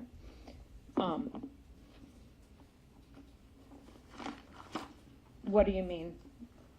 to a normal person? To someone who didn't shoot artillery, Okay. say the sound of a 9mm is loud, but And you went to bed next to your wife? I can't tell you for sure because I don't remember. Okay. And you have no idea what happened until the next morning, Yes, ma'am. despite the neighbor more than, 80 feet away hearing that weapon. Objection argumentative. Overruled. Okay. How do you know, sir, that she didn't confront you with those Instagram and Snapchat messages, and you didn't put the gun to her head and tell her you were going to kill her? How do you know that you didn't pull the trigger? I don't. Okay. You don't know. No, ma'am. You want the jury to believe that she did this to herself? Objection. Overruled. It's not up to me what the jury believes. Okay. Despite the fact that she was otherwise happy in your marriage, yes, Yes. and planning for her future Yes. and your future, Yeah. and tried to have a good evening with you on your birthday, Mm-hmm. and had forgiven you for text message infidelity in the past, right? Yeah. Okay. So you don't know that you didn't kill her. Can you restate that question? You don't know that you didn't kill her.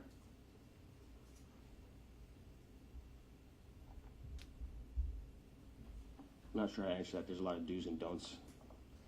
It's just a complicated. Do you know if you pulled the trigger, sir? I do not. Okay. That night, Saria wasn't drunk. I don't remember much from that night. Okay. Would you agree that up until the part you can remember, she was the least drunk of your group? Her or someone else that was with us, yeah. Who's someone else? Let's be specific. One of my friends, Zach. Okay. So her, Zach, were the most sober. Yes, ma'am. Okay. And was Saria taking care of you? From what I've been told, yeah. Okay. Do you recall her helping you to the gaslight? I do not. Do you recall her helping you into the Uber I do not. and into the house? I do not. Okay.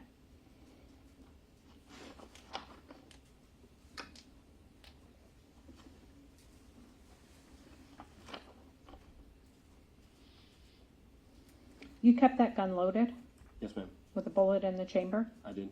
Okay. What do you have to do to fire it? Take the safety off and pull the trigger. How do you take the safety off? Thumb switch. And pull the trigger Yes, ma'am. once? So I want to get to, because you don't remember anything about her death, I want to get to the morning when you wake up. Okay. You were soaked in blood? I was not. Okay. You've seen the photographs of the mattress, I have. and you were laying in bed with her? Yes, ma'am. Okay. You didn't call 911. Correct. You didn't take life-saving measures. No, I did not. Okay. You didn't run outside and ask for help. No. You didn't call her mom. I did not. You didn't call her best friend. No. You didn't call her command. No. You started planning how to protect yourself.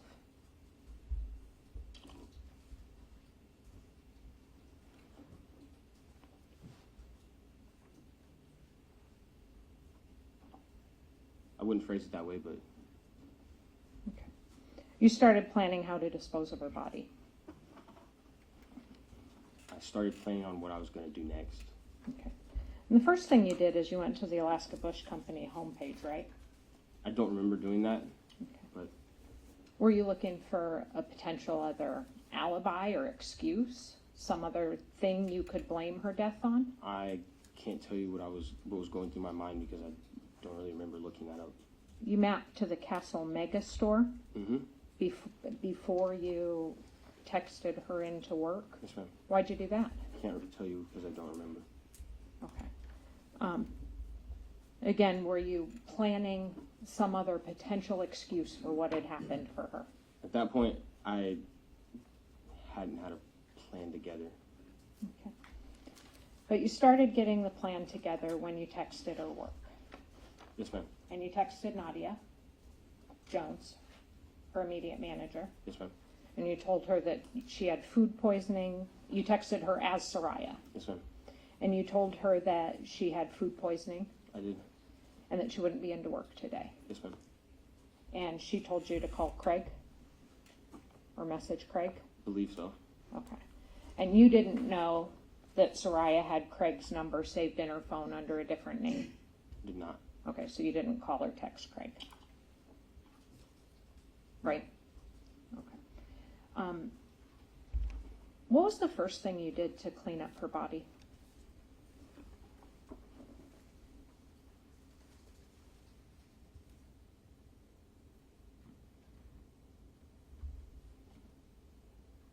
Clean the surrounding areas. Does that mean the floor? Clean the surrounding areas in the bedroom, the floor. When did you discover the gun?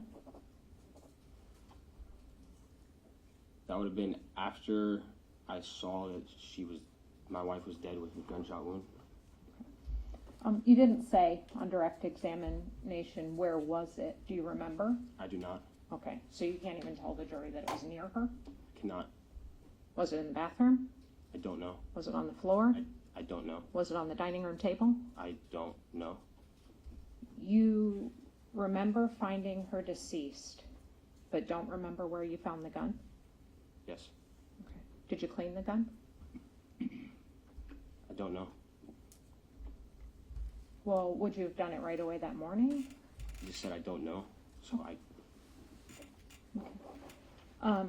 So the first thing you did was clean the surrounding areas. That means the floor? it wasn't the first thing I did, but when I started cleaning up around the surrounding areas was the first place I cleaned. You moved her body at least twice on the bed, right? Twice, yes, ma'am. Okay. But you did the floors first. What'd you use to do the floors? A carpet cleaner. Okay. And was this before or after you went to Fred Meyer's? During, because I took multiple trips. Okay. After the first time? In between the second and third time, I believe. Okay, so after you'd been to Brown Jug?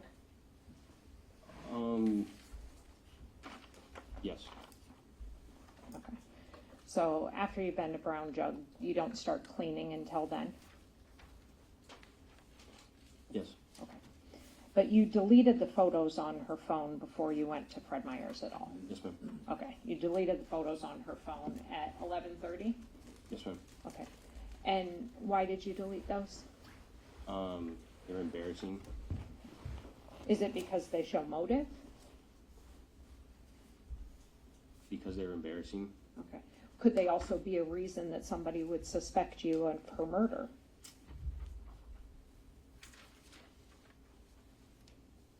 I don't know. That's not what you were thinking? I was thinking these are embarrassing pictures. I wasn't thinking that. And that's the thought you had before you even started cleaning up the body? That's the thought I had after.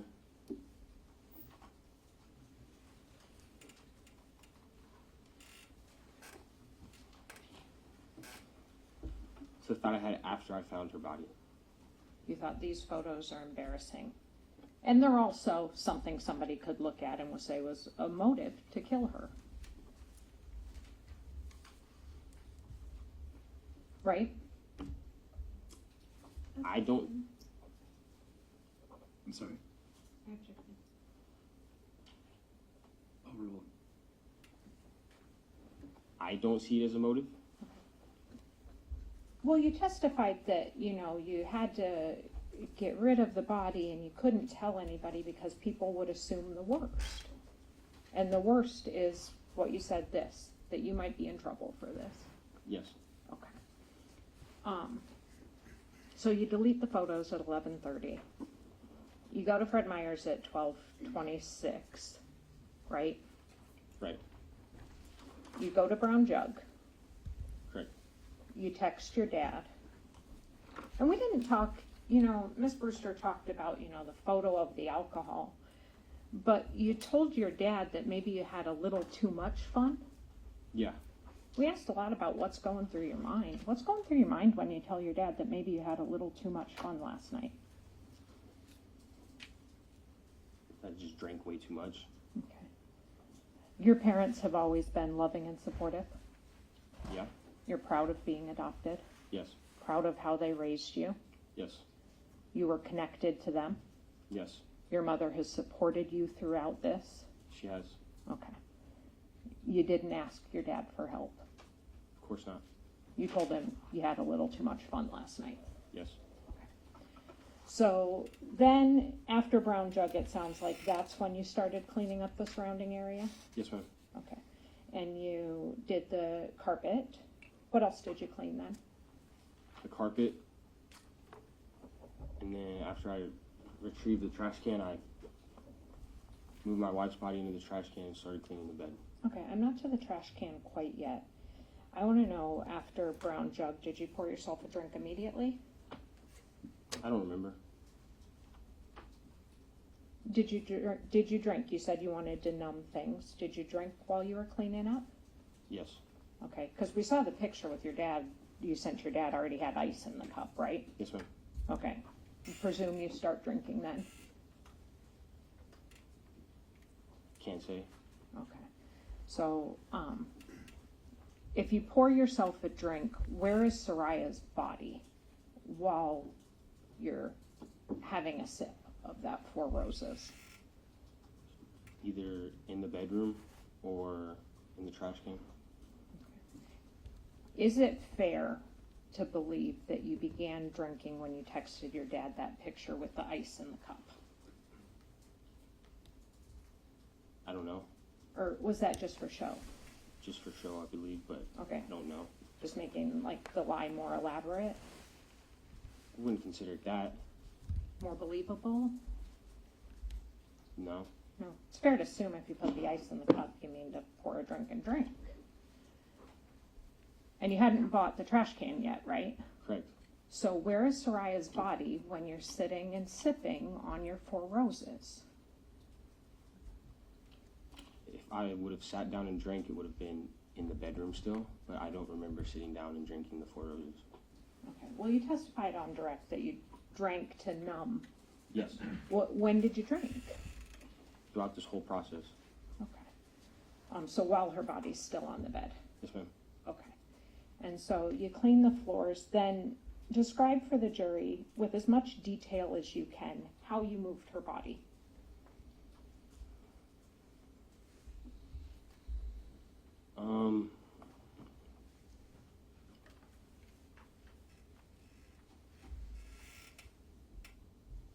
I remember I twisted her body around, and then started to manage to get her into the trash can feet first.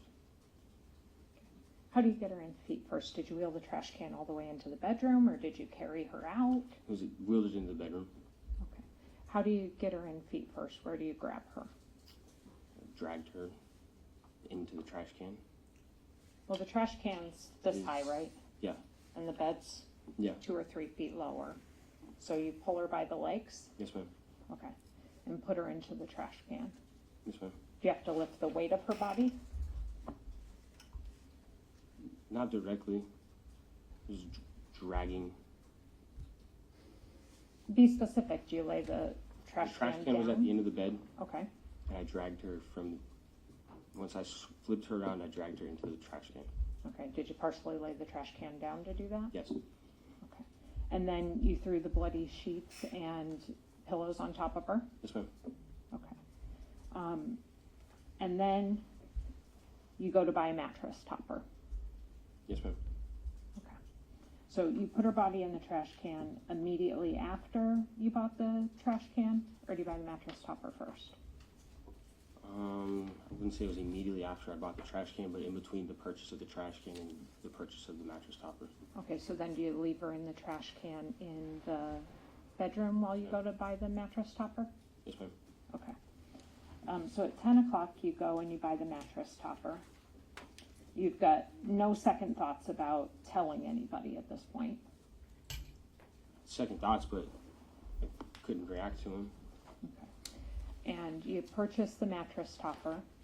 Do you go immediately home after purchasing the mattress topper? I believe so. Okay, so it's 10 p.m. And the jury can see the steps that you took that night.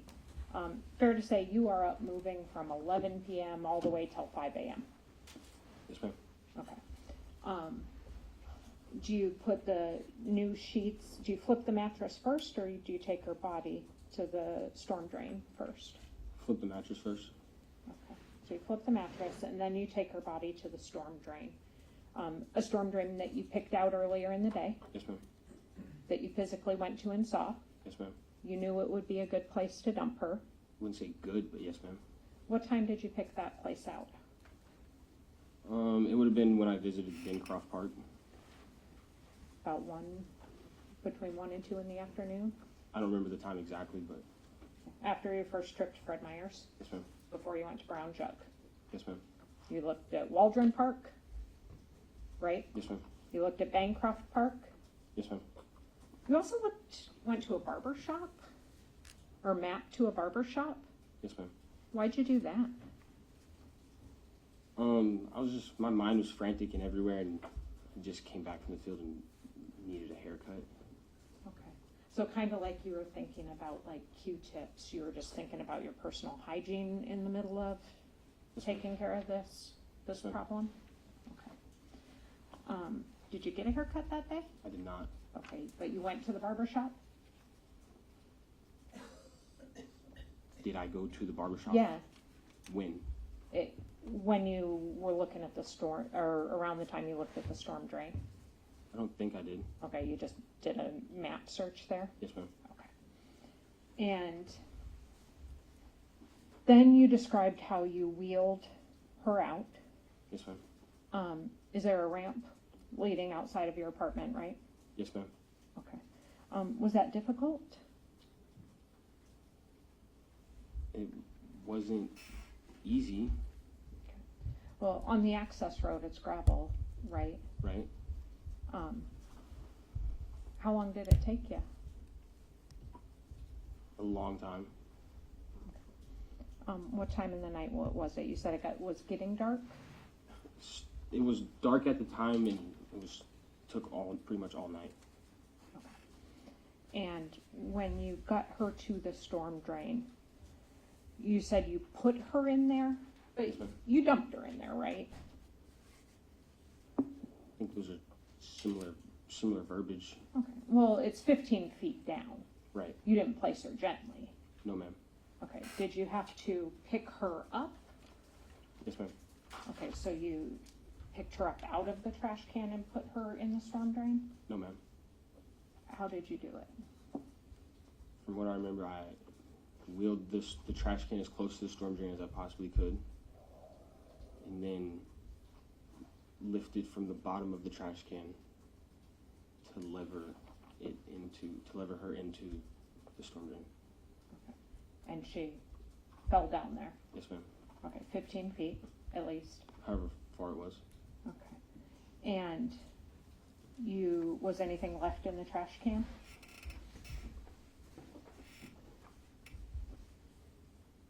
I had taken the bed sheets out and the pillows out before I dumped my wife into the storm drain. Okay. So And when you dumped Saria in the storm drain, you put the pillows and the bed sheets on top of her? yes, ma'am. Was that to hide her, or just to get rid of the bedding, or both? Initially, I was going to burn the bedding, Uh-huh. which is where the smell from gasoline came from. Yep. But I decided to just put everything down the storm drain. Okay. And you decided not to burn it because fire means smoke, right? Yes, ma'am. And smoke attracts attention. Yes, ma'am. Okay, so you're conscious enough to be thinking about those kind of things. And you dump them down into the storm drain. There was a pair of gloves. Yes, Did you ma'am. wear those? I did. Okay. Those were your gloves? One of the pairs I had. Yeah, when did you make the conscious decision to put those on? Warm throughout the whole process. Okay. And you said you picked the exit that you did because there was no cameras? Yes, ma'am. Okay. You also talked about being like in a state of emotional numbness during that time, right? Yes, ma'am. Okay. But you weren't numb enough to not notice the placement of cameras. I lived in the apartment complex long enough to know where cameras were. Okay. And you actively chose a place that didn't have cameras. Yes, ma'am. Okay, that was conscious thought that's going through your head when you did this. Yes, ma'am. Okay. And you wore the gloves Yes, ma'am. to conceal your identity No. because you didn't want to touch it because it was disgusting? Yes. Do you get a better grip with gloves? Not necessarily. Um,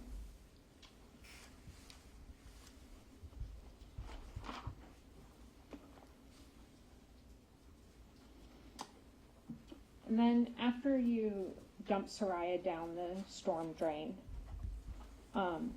you did some online shopping, right? I don't remember, but that's what my phone records say. Okay. You looked at Patagonia. Yes, ma'am. You looked at some other outdoor gear brands. Yes, ma'am. Okay. You said you showered. Yes, ma'am. Okay. And then you went to work the next day. Yes, ma'am.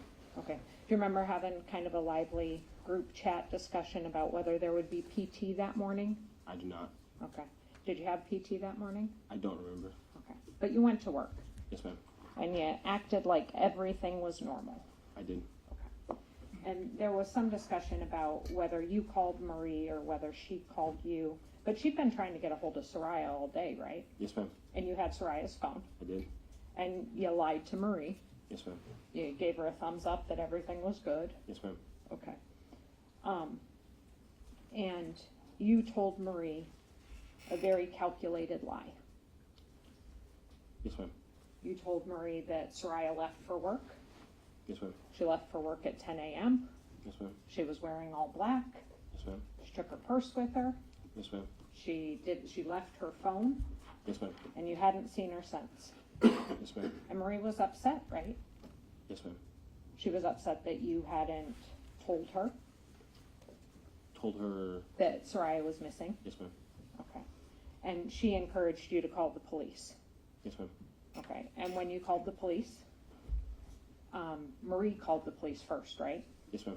And the 911 dispatcher said, "Why are you calling? Why isn't her husband talking to me?" Yes, ma'am. Okay. And then you told them the same calculated lie. I did. Okay. That she left for work at 10 a.m., right? Yes, ma'am. She was wearing all black. Yes, ma'am. That she left her phone. Yes, ma'am. She had her purse and her wallet with her. Yes, ma'am. Okay. And you said you did that because you wanted to follow what you had already committed to. Yes, ma'am. Okay. And that you were having constant fear at this point. Yes, ma'am. Fear that you're going to get caught. Yes, ma'am. And you participated in a search party Yes, for ma'am. her. Well, first you called Meredith. Yes, ma'am. You told Meredith the same calculated lie. I did. You coordinated her making a flyer. Yes, ma'am. You posted that on your social media. Yes, ma'am. You participated in a search party. Yes, ma'am. You got your command involved. Yes, ma'am. You're getting indignant with people on social media when they accuse you of being disingenuous. Yes, ma'am. Okay. And you said during that time you felt dishonest and disrespectful. Yes, ma'am. Okay. That search party went right past the drain, right? Yes, ma'am. Were you with Meredith and Brittany when they went by the drain? I don't know. Okay. Do you recall diverting them from that area? I don't know.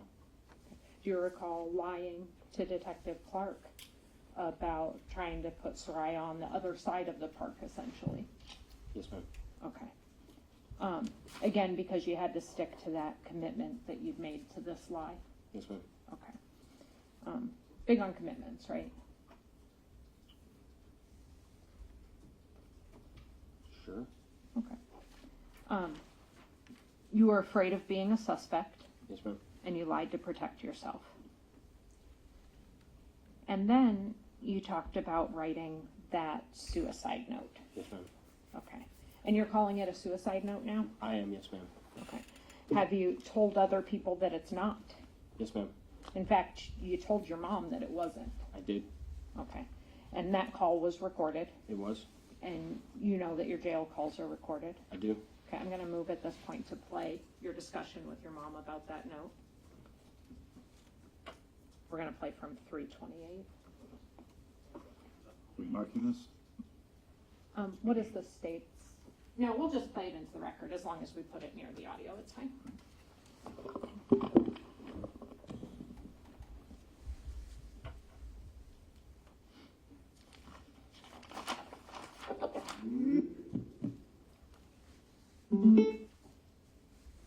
While she's setting that up, what day did you write that note?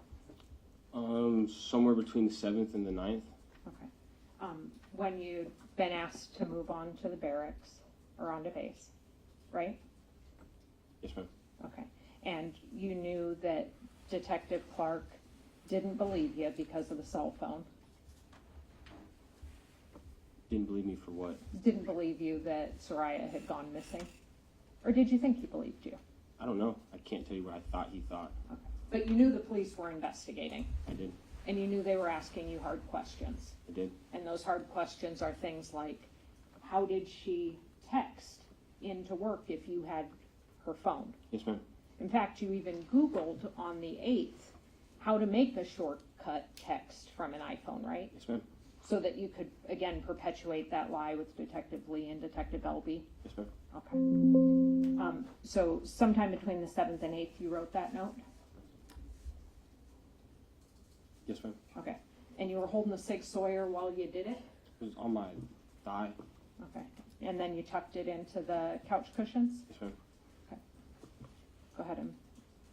Went through my apartment. They found a note that said, like, if I didn't revisit the best, and I just said if I end up here, to make sure someone takes care of the dogs. And when I said here, I meant jail, not dead. Oh, so it looked like a suicide note. Yeah, I told all the clinicians that, and they asked me every day, or for a while they asked me every day if I, wanted to harm myself or anything. I told them no, because I didn't. Good. I'm moving through here pretty fast. That's good. So you told the clinicians in custody that it wasn't a suicide note, Yes, ma'am. right? Because suicide protocols in jail are tough. They suck. Yeah, they keep you separate. Yeah. So out of self-interest, you said it's not a suicide note. Yes, ma'am. But here you're telling the jury that it was a suicide note. I wanted to protect the feelings of my mother. I don't think any mother wants to hear that her son's suicidal. Okay. Well, you also want to manipulate the emotions of the jury, right? Objection. Sustained. Do you want the jury to feel sorry for you? Objection.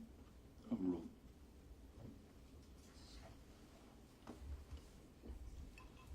I want the jury to use... No, I don't want the jury to feel sorry for me. It's not their job.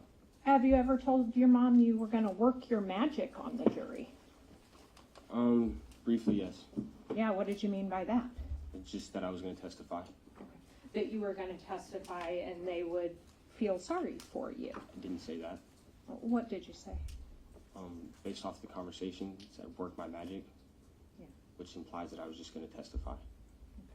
I moved to go ahead and play. And that conversation with your mom was January 15th. Do you recall? I don't remember the conversation, but I've seen the text. Okay, I'd move to play that conversation, Judge, starting at 4:04. Go ahead. Does Lars think you have a good chance if you go to trial? Nope, not really. Oh. So, Oh, okay. 20% chance. And that's if I can get on the fucking stand and tell a testimony, Yeah. that's if I can get on the stand and, I don't want to say work my magic, but, Yeah, I know what you mean. you know what I mean? Make the jury, yeah, feel for you. I know. I can do what I've been doing my whole life, essentially, but I don't know if I can do that with this, so, Yeah, I know. that's the biggest problem. Sure. But how's the video? Okay. So when you said do what I've been doing my whole life, Talking. yeah, talking. Yes. Talking about your experience in foster care. That's something I talk about a lot. Okay. Well, you said you're really proud of it. Just because I'm proud of it doesn't mean I talk Okay. about It it has a lot. nothing to do with Saria's murder, right? What has nothing to do with her murder? Your experience in foster care or your experience being adopted. Objection. Overruled. No. That experience, when you talk about talking to the jury and working your magic, you don't know as you sit here today what happened, or you want them to believe that you don't know what happened. As of then, I didn't even know if I was testifying or going to trial or not. But if you were gonna work your magic. I was going to tell the jury. I was gonna testify.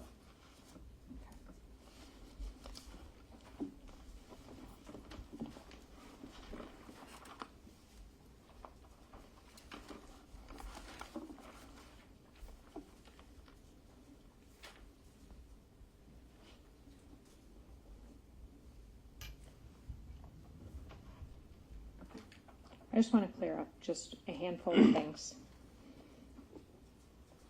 You don't remember where you found the gun. No, ma'am. You don't recall if you cleaned it or not. Yes, ma'am. Or did you clean it? I don't recall if I cleaned it or not. Okay. You have no memory after you were at Willowa. No, ma'am, none. Saria was not suicidal. She was not. She was preparing for her future. Yes, ma'am. She was happy in general. Yes, ma'am. Your relationship was good. It was. She had overcome you texting Cheyenne in the past. Yes, ma'am. And you lied to every single person about this up and until this trial. Yes, ma'am. And you told your mom that you were going to testify and work your magic. Yes, ma'am. Okay? I think that that's all I have. Thank you. Thank you. Rejoy?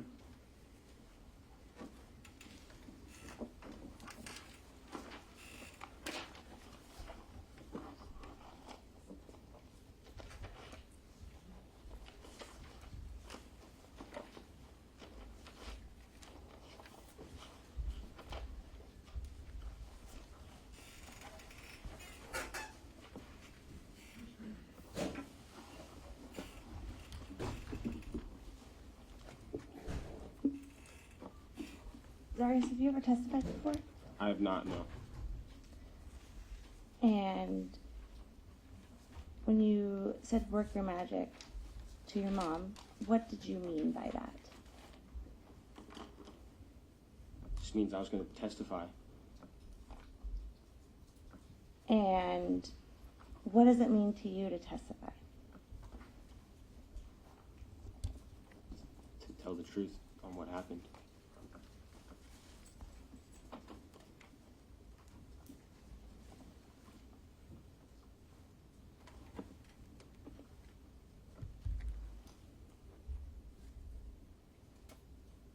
Are you testifying today for the jury? No, ma'am. Who are you testifying for? Testifying for myself. And tell me about that.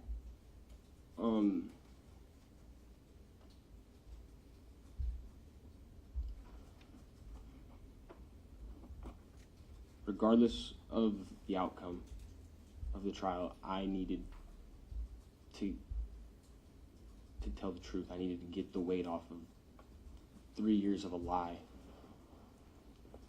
out.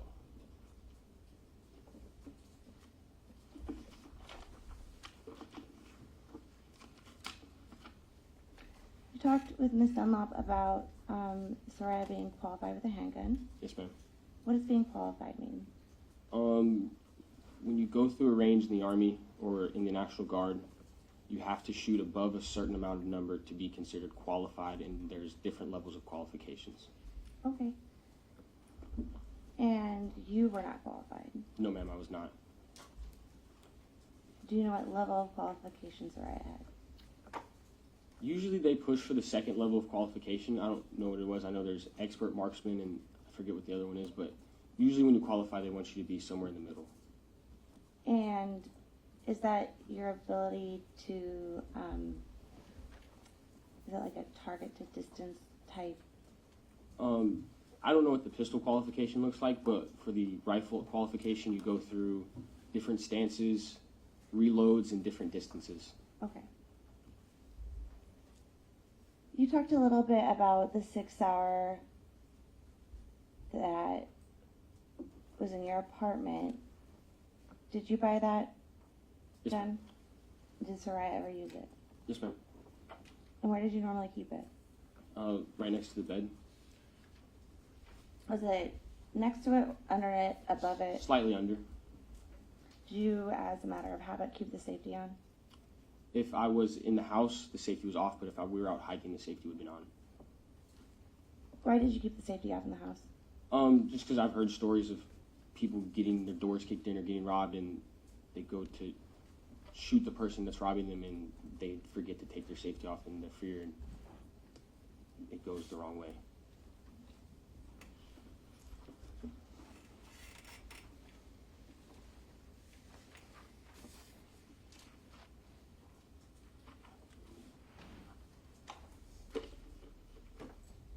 You talked about not being soaked in the morning. I want to talk with Ms. Dunlop. I want to follow up on that. When you woke up, what were you wearing? Just a pair of boxers. Where were your pants?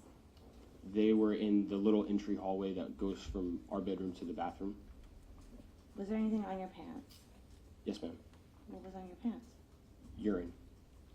And was there anything on your boxers? They were dark colored, but they felt wet. And do you recall if you ever had any blood on you? Not directly on me, no. When you were cleaning, did you get blood on you? No, ma'am. Okay. You talked about with Ms. Dunlop not asking for help. Yes, ma'am. Why didn't you ask for help?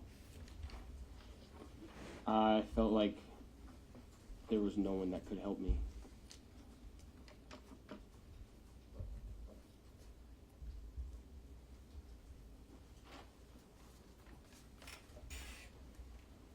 Not even your parents? No, ma'am. And you were close to your parents.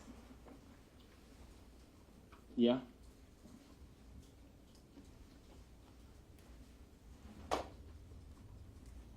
Zarrius, have you ever not asked your parents for help before? Yes. Tell me about that.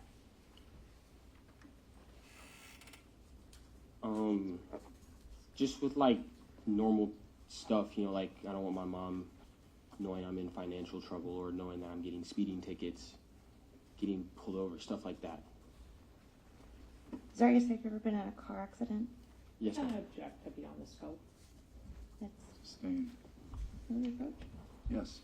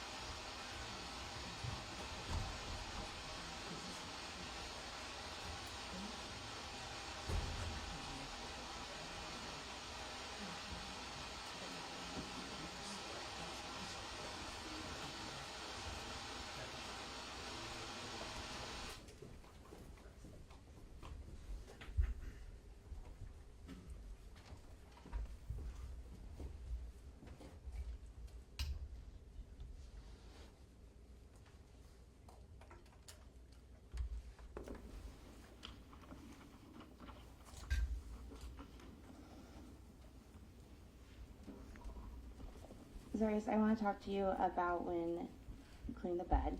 Yes, ma'am. You spoke with Ms. Dunlop about that. You've seen the pictures in this case of the bed. Yes, ma'am. Do you recall if there was anything different before or after? There wasn't the the wooden slat imprints on there. Did the bloodstains look the same after you tried to clean them up as they did when you first saw them? No. Tell us about that. They smeared, and actually in the process got bigger.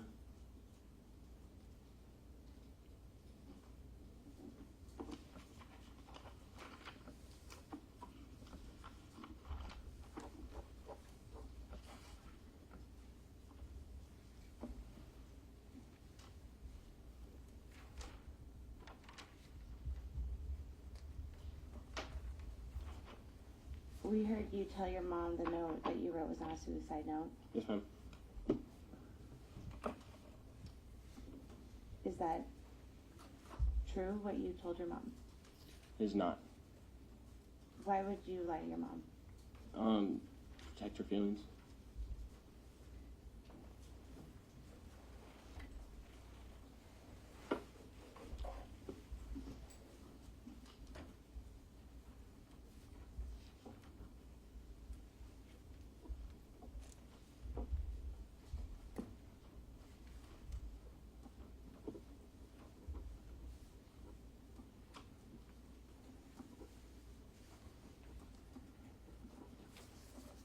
One second.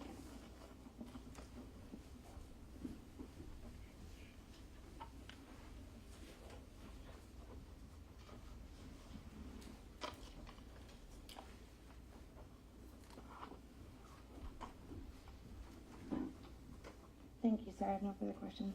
Yes, ma'am. All right, thank you. You can return to your table. Counsel, you approach, please. Yeah, just leave that there.